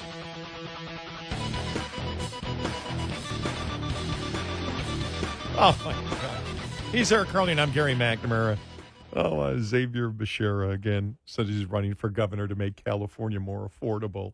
He's completely the biggest intellectual lightweight I've ever seen. When he was with the Biden administration, he was completely clueless. Yeah. Oh, my. They're just never going to recover, are they? I really don't know how they do. You know, I'm looking at 28, right? Really, I think Shapiro is the only logical play there, except the one huge asterisk. You mean for president? Yep. Okay, I'm talking California. I know. Yeah. But we're talking about the party in general and that they're lost and they may never recover. So Shapiro's the only logical play, except what's the asterisk there? Anti-Semitism. Very much alive. I don't know where the party goes. I have no idea what they do in the future. Because, and Shapiro isn't polling. Where is he on the polls? Kamala Harris is still number one for 28. Yeah, she's still the best the Democrats have. Now, I bet you Cory Booker moves up. Yeah, for a minute. But Shapiro's the logical one. Newsom is tanking. He thought building the podcast out is going to make him great again. And it's not working. And so, you know, when we were going over this, the story before on how how and why she chose Tim Walz. That's from the book. We didn't come up with this. Because you need someone who's not going to outdo her. Wow. And Shapiro would have done that. Well, Shapiro really is the only logical play in 28. You know, he's a governor. He's not Newsom. And he has been able to get away with coming off as a moderate. We don't think he is. I don't think he is at all. But can he get away with that politically? And he's the only logical play except the anti-Semitism. And I just don't think the extreme of the party is going to let that happen. We'll see, I guess. And my gosh, California. Look. During the gold rush days, there was a rush to California, and now there's more of a rush to get out of California. Because it's not going to change. Policy is going to change in California. No Democrat's going to come in and make it affordable. What are you going to do? You're going to come in and be a conservative? You're going to are you going to convince all the lawmakers, state lawmakers, to reverse years and years and years of policy in California? No, you're not. No. It isn't going to happen. And, that builds out for the party overall. On the national level, they have the same problem. You can't roll back the indoctrination. You built everything you're dealing with right now. You built this reality. The next 10 years are going to be fascinating to see what happens. Population shifts. The movement of members of the House to red states. Mm-hmm. If red states still are conservative, well, I guess we'll. And you and I've had that discussion see. How the Republican Party has, over the last 20 years, has moved much farther left, and the Democrats have moved insane left. Yeah. And it's like, what should a third party be? Well, probably a third party should be the Conservative Libertarian Party. Right. Don't say Libertarian Party because nobody will join that alone. Right, yeah. Right, the actual Libertarian Party. Yeah. Right. Conservative L is what they should, something like that. But we've said that for a while. Maybe the third party should actually be a conservative party. But are there enough real conservatives? Fiscal conservatives. Okay, Yeah. that's what fiscally Right. conservative is Right. what it would be. Well, let's play this here because this is, as we, talk about where they are conservative, which is, again, the border. Mm-hmm. This back and forth the other day between Ted Cruz and Amy Klobuchar. Right. This is just good stuff here is talk about, judge shopping for judges to get involved in things where they have no authority to do so. Here we go. This is pretty good. Democrats today hate democracy. Democrats today are angry at the voters for re-electing Donald Trump and electing a Republican Senate and a Republican House, and they engaged in lawfare to stop democracy from operating. Understand, this is the second phase of lawfare. Second chart. This is the second phase of lawfare. Now that their efforts to indict President Trump and stop the voters from re-electing him have failed, they're going and seeking out individual radical judges to try to shut down policies, and they are forum shopping like crazy. Give me any loon judge put on the bench by Obama or Biden who disagrees with a policy. We just saw a judge flagrantly ignore U.S. immigration law concerning TPS being revoked. U.S. law explicitly said there's no judicial review for that, but hey, they found a judge who says, you know what? We, the Democrat Party, we are the party of illegal aliens. We are the party of murderers and rapists and gang members, and the Democrat Party exists here to fight to keep murderers and rapists and gang members in your communities. There's a reason the Democrat Party is at 26% approval nationwide, because they put radical policies ahead of rule of law. Nationwide injunctions are an abuse of power. It is the judiciary acting as policy deciders, and it is incumbent on this committee and this body to rein in the abuse of power from these unelected radical judges who are trying to overturn the election because they disagree with what the voters decided. Thank you, Senator Cruz. Senator Klobuchar. Okay, that was a lot. Let me start with a few things. Number one, we love the democracy, and I believe what we should be having is a civil debate about how we can best, if Donald Trump wants to make changes to the government, we should be doing it in a legal way, not how he's doing it. And the only reason there's all these injunctions, Senator Cruz, is because he's violating the Constitution. Why would Trump-appointed judges... Why don't you file them in red districts? Senator Cruz. Why... What did you just say? Why don't you file them in red districts? Why are the Democrat attorney generals seeking out left-wing blue single quite patient with Senator Cruz's activity in this building. Senator Whitehouse. He's entitled to... I'm just going to ask for a point of order. Madam Klobuchar, Senator Klobuchar. Senator Moody, we have debates on this committee. They occur regularly. Let's let her have her time, and then we'll get back to that. If you want to wait, we'll get back to Senator Cruz. She's welcome Senator to answer the question or Go not. ahead. It's her choice. Go ahead. I'm so and I would excited encourage to you be to answer. following Senator Cruz once again. Excuse me? But I will say Excuse this. me? I didn't hear you. What did you say?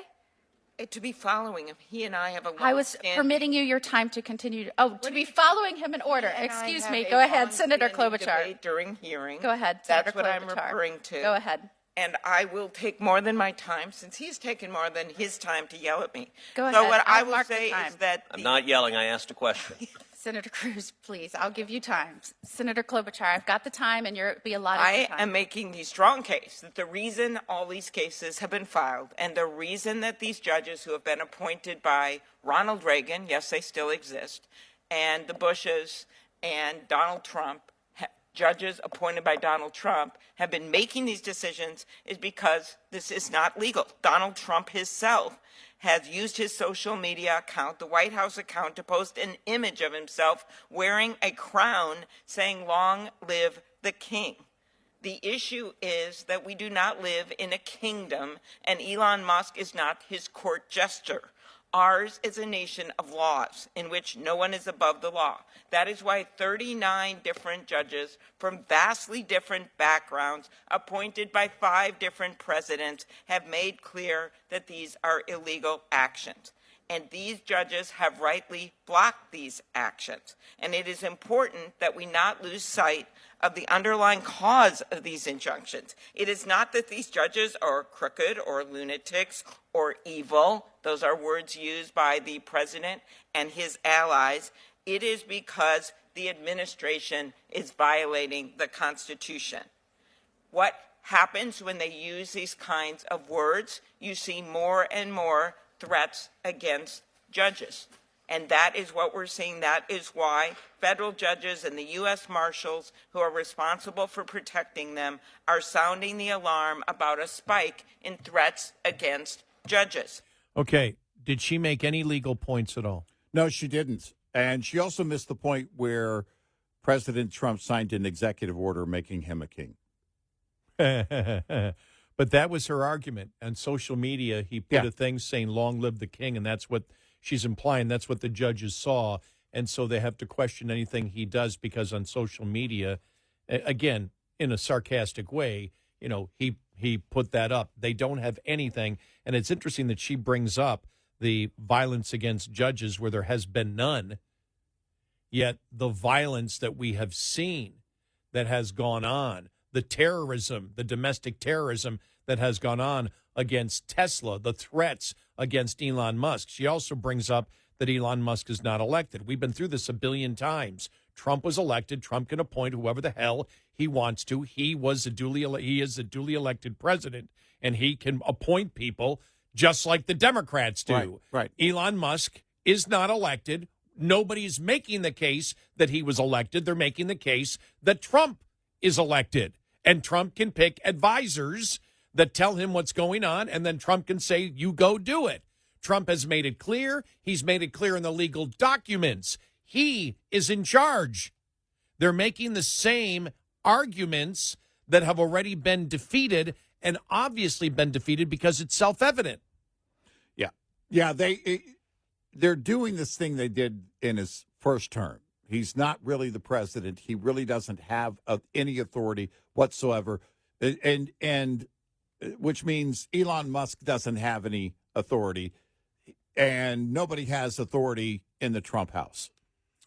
Well, you know, as was pointed out, Margot Cleveland, and we've, kept everybody updated and posted it on our X sites when she says something. But, she went through the whole thing about district judges. District judges are supposed to be the trial judges. Mm-hmm. If a federal law is broken in your district, they're the ones that do the trial. Right. They're not the ones that are supposed to be making any type of constitutional decisions on what the executive branch is doing. Right. They're the trial judges. Mm-hmm. You kidnap someone, you break federal law, you go before a trial judge.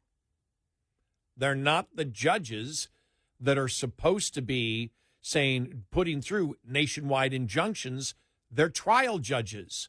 That's the point. But understand how Klobuchar never gave any specifics whatsoever because she doesn't have any. No, she's sounding an alarm based on nothing. Yeah. And that's all they've been able to do. 866-90 Red Eye. Coming up, more with Gary McNamara and Eric Harley. It's Red Eye Radio.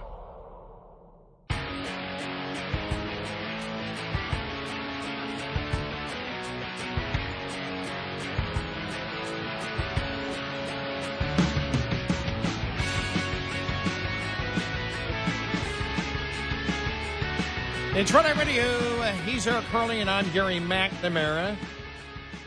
Good morning. Thanks so much for being here this morning. So, that was interesting, the back and forth going on, which, by the way, the Democrats can't win that argument.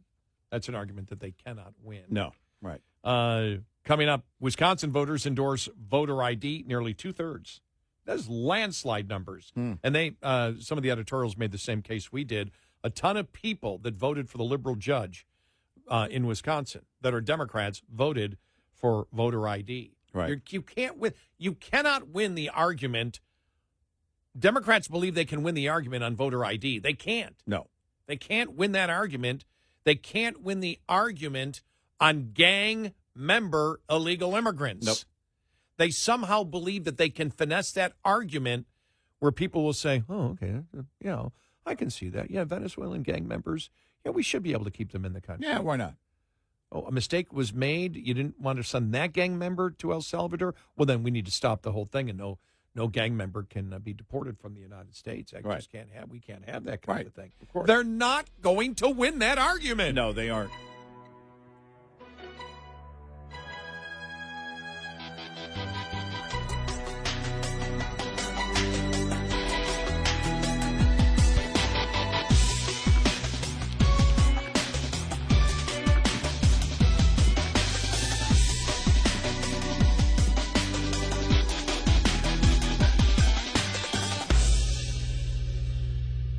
This is Red Eye Radio on Westwood One.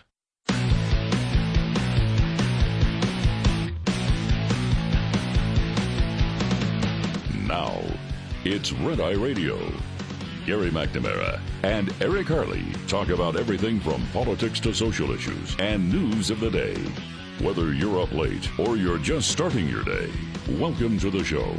From the Uniden America Studios, this is Red Eye Radio.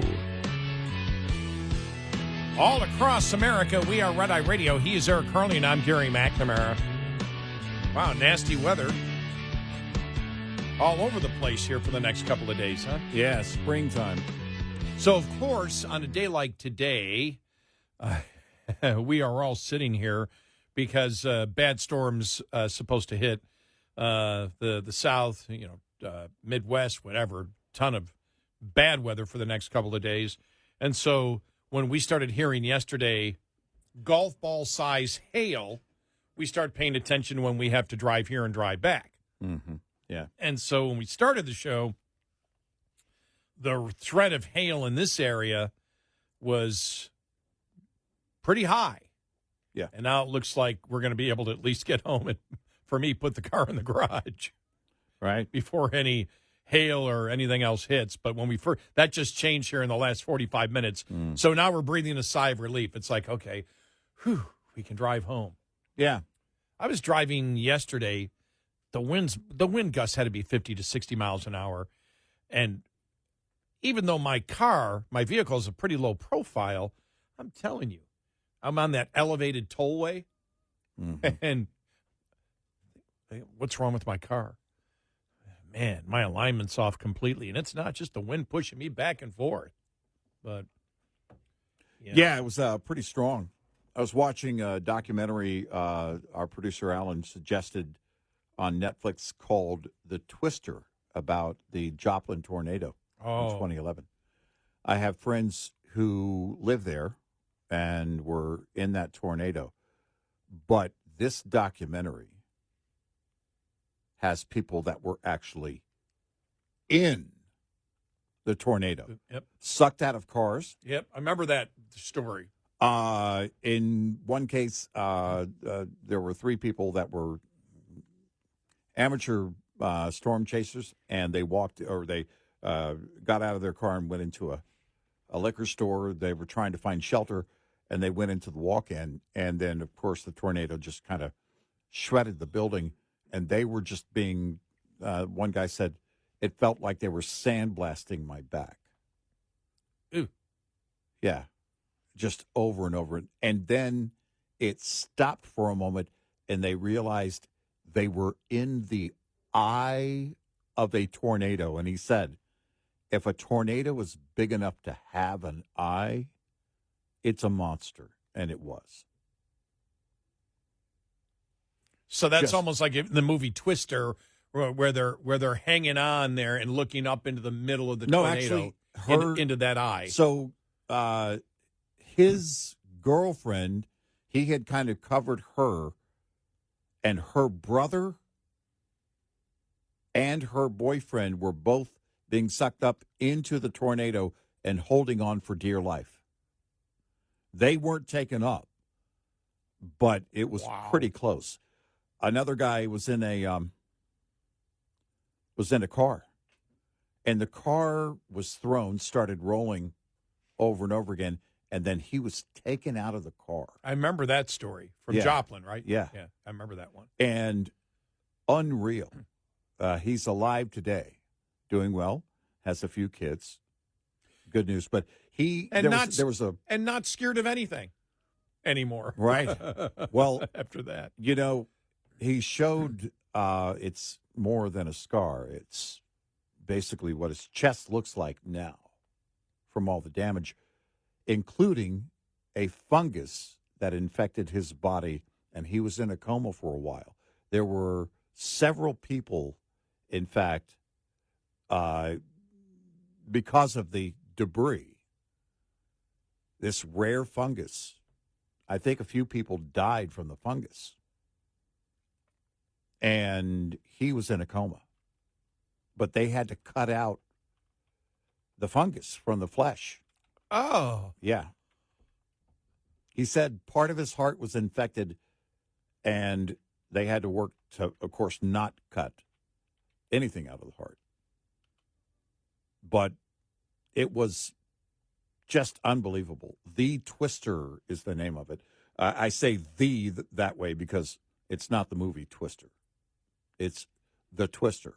What was that in F5? The one from Joplin. I think so. Yeah. Remember the one in '97? Was it Gerald, Texas? Yeah, that subdivision. I was down there. I was in San Antonio. Oh, were you? We had our kids. Wow, that's crazy how young my kids were then. And we were at the Six Flags Park down there, which is half water park, half rides. We were in the water park, and I looked off into the horizon. I told my wife, I said, that does not look good. Hey, kids, let's go back to the hotel. We've had enough sun. I mean, it was, 4 o'clock, 5 o'clock in the afternoon. Order pizza, watch a movie. Got back to the hotel, did just that, and not long after that, the wind and the rain and everything, and this was in, again, San Antonio, shaking all the cars in the parking lot. All the alarms were going off on all the cars. And I was thinking, wow, I wouldn't be surprised if a tornado was spawned. And then word came on the Gerald tornado, and on our way home, we passed that direction. Of course, we didn't go through what was left of Gerald, which was basically not much. That one subdivision, you ever see the pictures of it? Mm-hmm. It's just the concrete foundations that are left. Yeah. And it looks like it's been scrubbed. Yeah. Even any type of sewer pipe, there was nothing like even a half an inch. It was just, it was like it was machined. It's I've been in a storm shelter we had a house with a tornado shelter before when a tornado was nearby. It was right there on the street adjacent to us. But you think of, I have a friend, truck driver, David, who lives in Joplin, and his daughter, it's funny because he told me the story years ago, of course. They came home from her high school graduation. Well, they highlighted this in the documentary on Netflix. Joplin High, massive high school, over 2,000 students. It was just a massive high school and a massive graduation. And David said they got home just after the graduation, and just as they parked the car in the garage, closed the garage door, and go inside and close the door, the tornado sirens went off. After all was said and done, minutes later, he looked out. His next door neighbor's garage was sitting like on the next block over, and his neighbor's house was destroyed. His was not.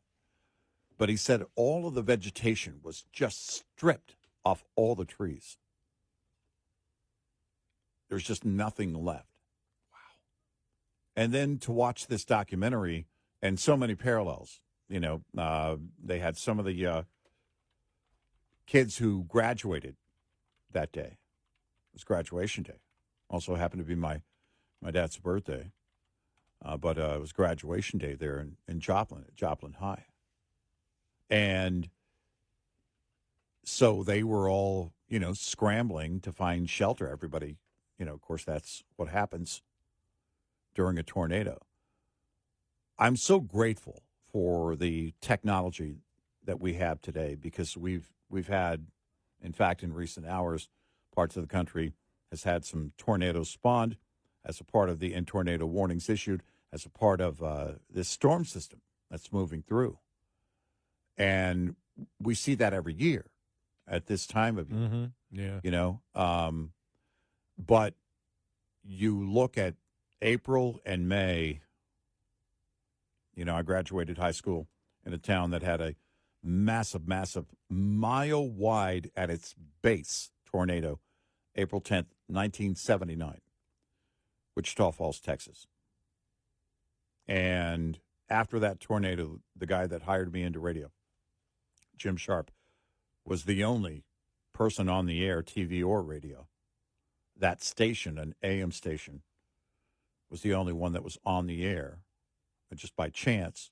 And he went out to survey the damage in the news car and was, calling in and nearly in tears. It's somewhere on YouTube.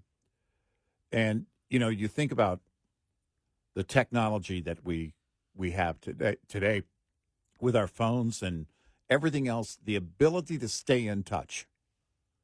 But the technology that helps to predict the likelihood of supercell activity and then warn us about exactly where it is and where it's going to be down to the minute if we're paying attention. And that's the key right there.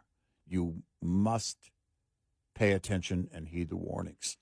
Then all of us think about hail because we don't want our cars destroyed. And whenever hail comes around, when you live in Texas or any other place where you get hail, you're worried about, your roof, getting your roof replaced again. And I started thinking yesterday, it's a thought I've always had in my head and never did any research on it. So with all the hailstorms out there, how many people have been killed by hail? 3 in recorded American history. A farmer in Lubbock, Texas, May 13th, 1930. A baby struck by a large hail in Fort Collins, Colorado in 1979. And a boater on Lake Worth, Texas on March 29th, 2000. the largest hailstone ever captured, that was somebody found, was Vivian, South Dakota in 2010. It measured 8 inches in diameter, 18.5 inches in circumference, weighed 1.93 pounds. Now, the guy who collected it, they had originally planned to make daiquiris out of the hail and then thought better of it and then put it right in their freezer as soon as they got it, turned it over to the National Weather Service for certification. And the hailstone ended up at the National Center for Atmospheric Research. But hail is just, that's what a thing from nature. Hail. Our marketing person for the show, Mindy, I sold her son one of my cars a few years ago. Last year, in March of last year, that car was destroyed by hail. I mean, really? Just crushed. Her roof, it was the second time within a year, was, again, shredded by the hail. She had a hailstorm where she lives north of here the previous year, and then within, I think, 10 months, another massive hailstorm. I feel fortunate, knock on whatever this counter is made of. My house hasn't had hail any measurable. We've had pea size. We had that the other day, actually. Very tiny. But we haven't had the big hail at my house since I've lived there, over 20 years. Yeah, I had enough hail probably about 4 years ago where there was hail damage where I could do it, but I've never gotten any of the grapefruit or anything like that. I don't even think we've ever gotten golf ball size. I look at it by the odds. My lot is so small. What are the odds that a huge hailstorm is going to hit me or a tornado? That's how I remain calm during a lot of these storms. It's like, what are the odds it's going to be my tiny 1/6 of an acre? Yeah. Well, it's interesting because one time there was I was at my parents' house, actually, and Kevin Selly, who used to be the meteorologist on our show years ago, was the local meteorologist in their town at that time. And he was on the air doing a great job, and we were in and out of the hallway closet taking shelter. And between tornado warnings, I walked out into the cul-de-sac where they live. And there was something going on because I had heard, people are saying they've spotted a funnel cloud or tornado near this area. And I was like, I walked out and I didn't see it. Then I looked straight above me, and it was right there. And then it touched the ground probably a mile, not even a mile, half a mile east of where I was at that. As soon as I saw it, I ran back in the house because as soon as I got to the door, the sirens went off. We went back in the closet. It touched on the ground in a field and then went right back up. It wasn't long, but it's one of the scariest sights. And you look at the damage in massive storms, whether it's Oklahoma City, Joplin, the Gerald tornado, the Wichita Falls tornado in 1979. You can still see remnants of the damage there. Yeah. In Wichita Falls, Texas. It's unbelievable how quickly it happens and how much damage it does. I've seen 3 tornadoes in my life. 2 water spouts in the Gulf of Mexico, probably 15 miles away. Harmless, never came to land. Then the other one that I got to an overpass of a road and could see a long distance, and I actually went to the overpass to see if I could see, and it was a tornado outside of Rockford, Illinois, and that was in the mid-90s. My aunt and you and could cousins, see it. It was. My aunt and cousins were in a car, by the way, in that 1979 tornado. It picked their car up and put it back down 6 times. Wow. They're frightening when you see them. You're like, you're in disbelief. It's almost shock. You're like, yeah, how is this happening? Right. Even though you know tornadoes, when you see it, it's just like you can't even, your mind goes numb. Right. Mine did. Right. 866-90-RED-EYE. Brought to you by Hot Shot Secret. Hi, I'm Jen Loomis, a transport safety expert at JJ Keller, and I'm here to share a tip on compliance, safety, accountability. Compliance, Safety, Accountability, or CSA, is the FMCSA Safety, Compliance, and Enforcement Program. Its goal is to hold motor carriers and drivers accountable for highway safety and to reduce crashes, injuries, and fatalities on our roads. CSA does this by assessing the safety performance of motor carriers and drivers based on data collected during roadside inspections, crash reports, and FMCSA investigations. Based on the data that is compiled, motor carriers are assigned a score. The carrier is then grouped with other carriers who have had a similar number of safety events. Carrier scores within the group are then ranked to determine intervention priority. Low scores are better, so carriers with the highest scores are those that are most likely to be targeted for intervention by the FMCSA. Interventions range in severity and may include warning letters, roadside, off-site, or on-site inspections, civil penalties, or operation out-of-service orders. This tip was brought to you by J.J. Keller and Associates. Visit us at jjkeller.com. Lines open for your calls. 866-90-RED-EYE on Red Eye Radio.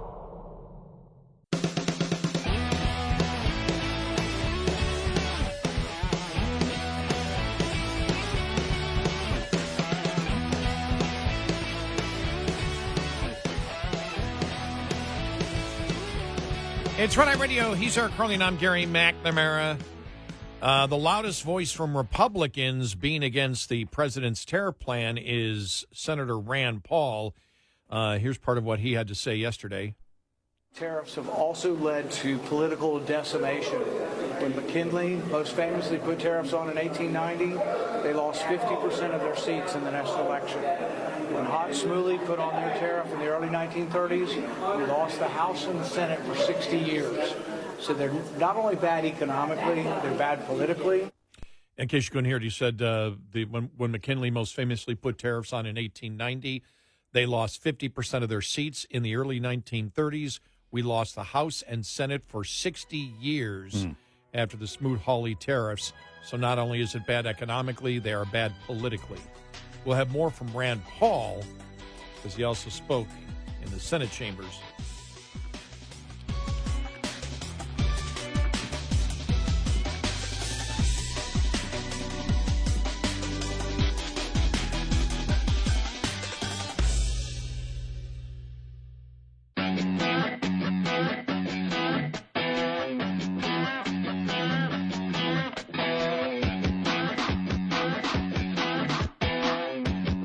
Catch all 5 hours of the show live every night on the Red Eye Radio app, available in the App Store.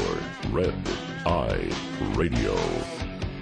And he is Eric Harley, and I'm Gary McNamara. Welcome and good morning.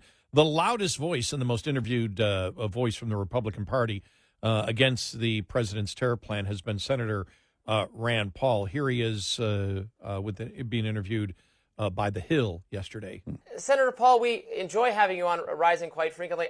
I don't think, correct me if I'm wrong, I don't think you're someone who has Trump derangement syndrome. So why is it that you think this tariff policy is perhaps misguided or perhaps should not be the purview of the executive branch rather than Congress? You know, on many fronts, I'm a supporter of the president. I'm a supporter of the president's looking for waste and abuse, cutting out, eliminating the Department of Education, et cetera. I like his cabinet. But on tariffs, I think it's just economically, it's a fallacy to think that it will help the country. Tariffs are a tax, and if you tax trade or if you tax anything, you'll get less of it. We know by looking at the history of the last at least 70 years or so in this country, that as international trade has increased, so has the prosperity of our country. Really, so has the prosperity of the entire world. About 100,000 people escape poverty every day as we speak. It's the most extraordinary thing that's happened in the history of mankind, and it's really from capitalism and from international trade. So the people who are for tariffs are just wrong. For example, with Canada, if you put a tax on things coming in and out of Canada, what you'll find is it just leads to higher prices for consumers. There are estimates that cars may increase in price by about $10,000. And then before we cast aspersions at Canada, we should understand that Canada buys more stuff from us than China, plus Japan, plus England, and plus Germany. So Canada buys more from us than we do from 4 large countries. So trade with Canada has made us prosperous and makes Canadians prosperous as well. It's a win-win situation. The other reason to be opposed to this, though, is the Constitution says taxes originate in Congress, and more specifically originate in the House of Representatives. This tariff or tax will originate with the signature of one person. That's not what our founding fathers wanted. They didn't want the executive to have any kind of power like the power to tax. They feared the power to tax, and that's why they gave it to the House of Representatives and to Congress. That was Rand Paul, thehill.com. This is him on the Senate floor. Okay. And yet today we are here before the Senate because one person in our country wishes to raise taxes. Well, this is contrary to everything our country was founded upon. One person is not allowed to raise taxes. The Constitution forbids it. The Constitution was so concerned with the power of taxes, which some have said the power of taxes is the power to destroy. But our founding fathers were so concerned with this that they said, no, the president will not have the power to legislate. The president will not have the power to tax. Only Congress will be able to tax the people, and only by originating tax bills in the House. It was that specific. They were so mortified. They were so worried by having a monarchy. They were so worried about having all the power gravitate to the executive that they said we must split the powers. They based a lot of their thinkings on Montesquieu. Montesquieu wrote in the 1740s, 50 years before our Constitution, Montesquieu wrote that when the legislative and executive powers are united in one, there can be no liberty. This is something that our founding fathers took to heart. They said, we must separate powers. We must at all costs limit the power of the presidency.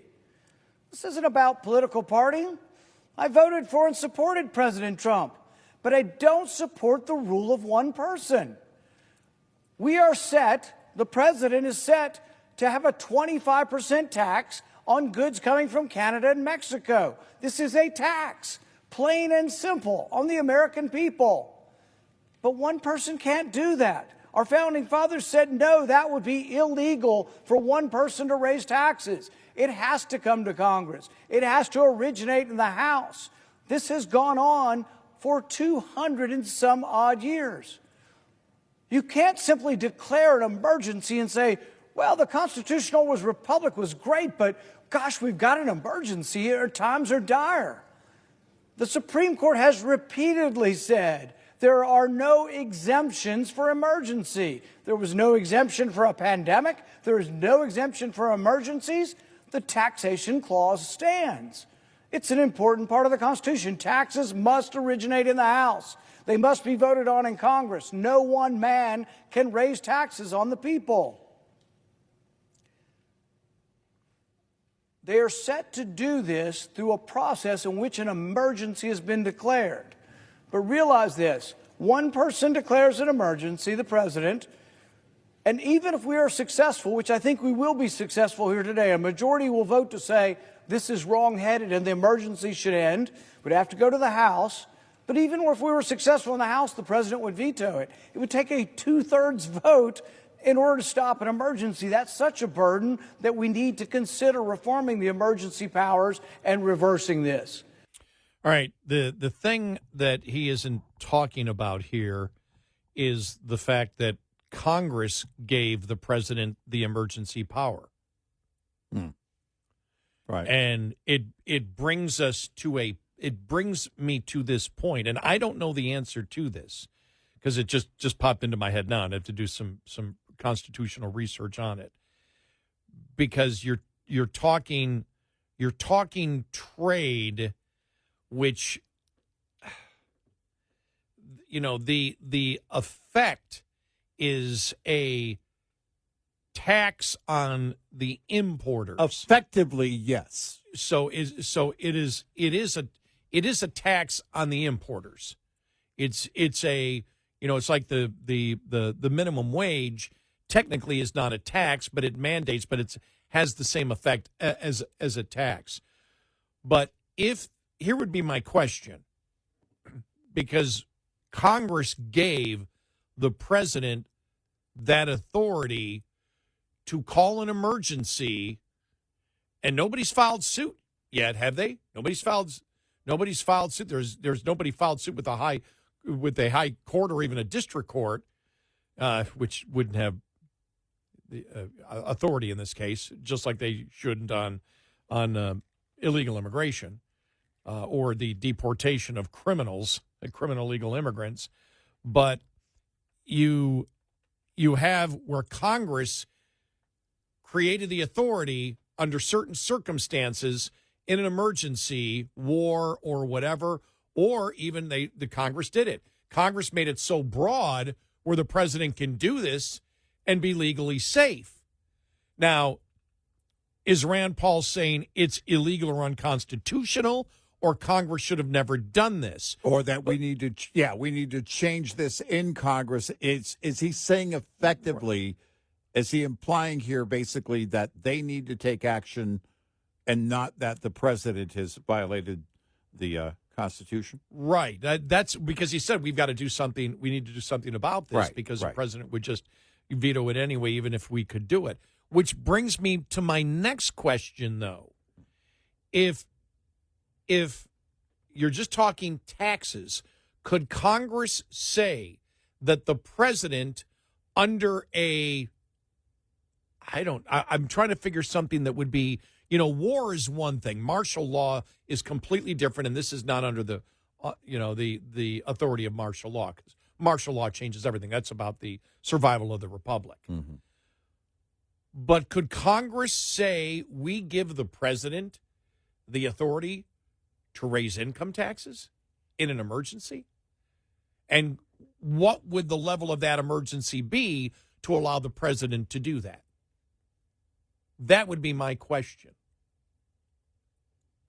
If Congress can say the president can raise taxes through tariffs on importers, because if it was just exporters that you charge the exporters, they're not American citizens at that point or American companies. But as we know, the importers get charged, which makes them an American company, and a tariff can be viewed as a tax at that point. Because they're promoting it as a tax that's going to raise revenue, that's going to make the country rich and pay off all of our debt. So what is the fine line? I don't believe that this has ever been tested, which is one of the reasons I'll look for precedent on this. There may not be any precedent on this. Well, and would it be seen by the High Court as conditional? Those importers can avoid paying the tax by changing their behavior and ramping up production in the U.S. Yeah, but if they said he could do the income tax, I could change my behavior and not work. Right, if they could do that.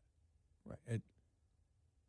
Because a tax is a tax. If they give him that kind of authority. Wait a minute. A tax is a tax. Sorry, no, I forgot about I forgot about Obamacare. Well, but again, I mean, it's how does the court view it in terms of a tariff versus an actual tax? I mean, the effect is a tax because the consumer pays that, and the importers, if you're talking about importers. Well, the importer pays it directly. Which is then would be, and then the effect, yes, and then the effect on the consumer is also a tax, effectively. But the authority to tax the importers, which would be an American company, American side, which would make it a tax at that point. Could he say you can raise corporate taxes? I'm trying to, and since it's a direct, or it's a direct president. It's not a fine. It's not a fine. I know that Roberts might say that a fine is a tax or whatever. Or a penalty but is it's a tax. None of, this isn't punitive. It's not meant to be punitive on the importer, even though that might be the result of it. That isn't the stated effect. The stated effect is it's supposed to be punitive on other countries. As stated by the current administration, yes. Yes. Right. Well, I'm using their argument. Right. I'm using Yeah. their arguments, which would be the arguments used in court. court. Right. And And that's why I say, could then Congress say that the executive branch could raise income taxes Or could they- in an emergency, not martial law, but in an emergency? Or could he raise a sales tax in an emergency? A national sales tax. Well, since tariffs exist already in the system, that's why I went with the income tax, because income tax already exists in the system. Okay. I went with the sales tax because it's based on the behavior in commerce, right? So, Yeah. so I'm trying to find something that relates to it, or are we completely in uncharted territory that's never gone to court? And so we don't know what the court would do. Part of me believes that the court would come back and say, well, Mr. Trump is elected and he does have the authority on tariffs. From you. And he From talked, Congress. Right. And he campaigned on this and has been talking about this, and the people chose him anyway. In other words, but he is an elected representative. Not a representative in the way that, right. He's right. elected to the executive branch, right. But that being elected does not give him the authority to tax. Only Congress has that authority, right? But tax. he does have the authority given by Congress to tariff. That would be it. That would be it right there. And how far can that authority go from Congress to the executive branch? Because what I take from what Rand Paul was saying on the floor was basically we need to act to limit that authority. Right. We're not supposed to do that, is what he's saying. Right. Boy, that'd be an interesting legal case. Oh, man, I'd love to hear the arguments. Yeah. 866-90-RED-EYE. Get in touch with Red Eye Radio, toll free at 866-90-RED-EYE.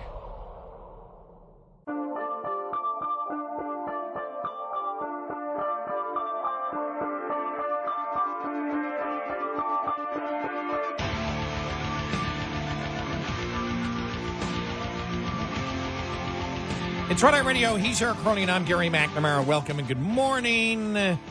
Download our Red Eye Radio app today. Why? Because our show ends in an hour, and after the show is done, well, we record our show, and then it becomes our podcast. So if you can't catch all 5 hours, as you should, well, then you can catch it on our podcast after the show is done. And if for some reason you can't listen to one of our great radio stations live when we're on the air, well, then we also stream live all 5 hours on our Red Eye Radio app. We'll take a look at the stock market futures, not looking good. The Dow down over 1,000 right now.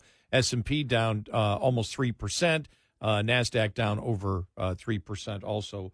We'll have more details on that coming up here following the top of That'll be interesting to see what the market believes, over the next week or two. Do they believe Trump might reverse things? And how soon? I don't think he's going to reverse anything anytime soon. I could be wrong. But it looks like they're on this path and maybe for weeks, if not months. And if they're going to correct it at all, it may be a while.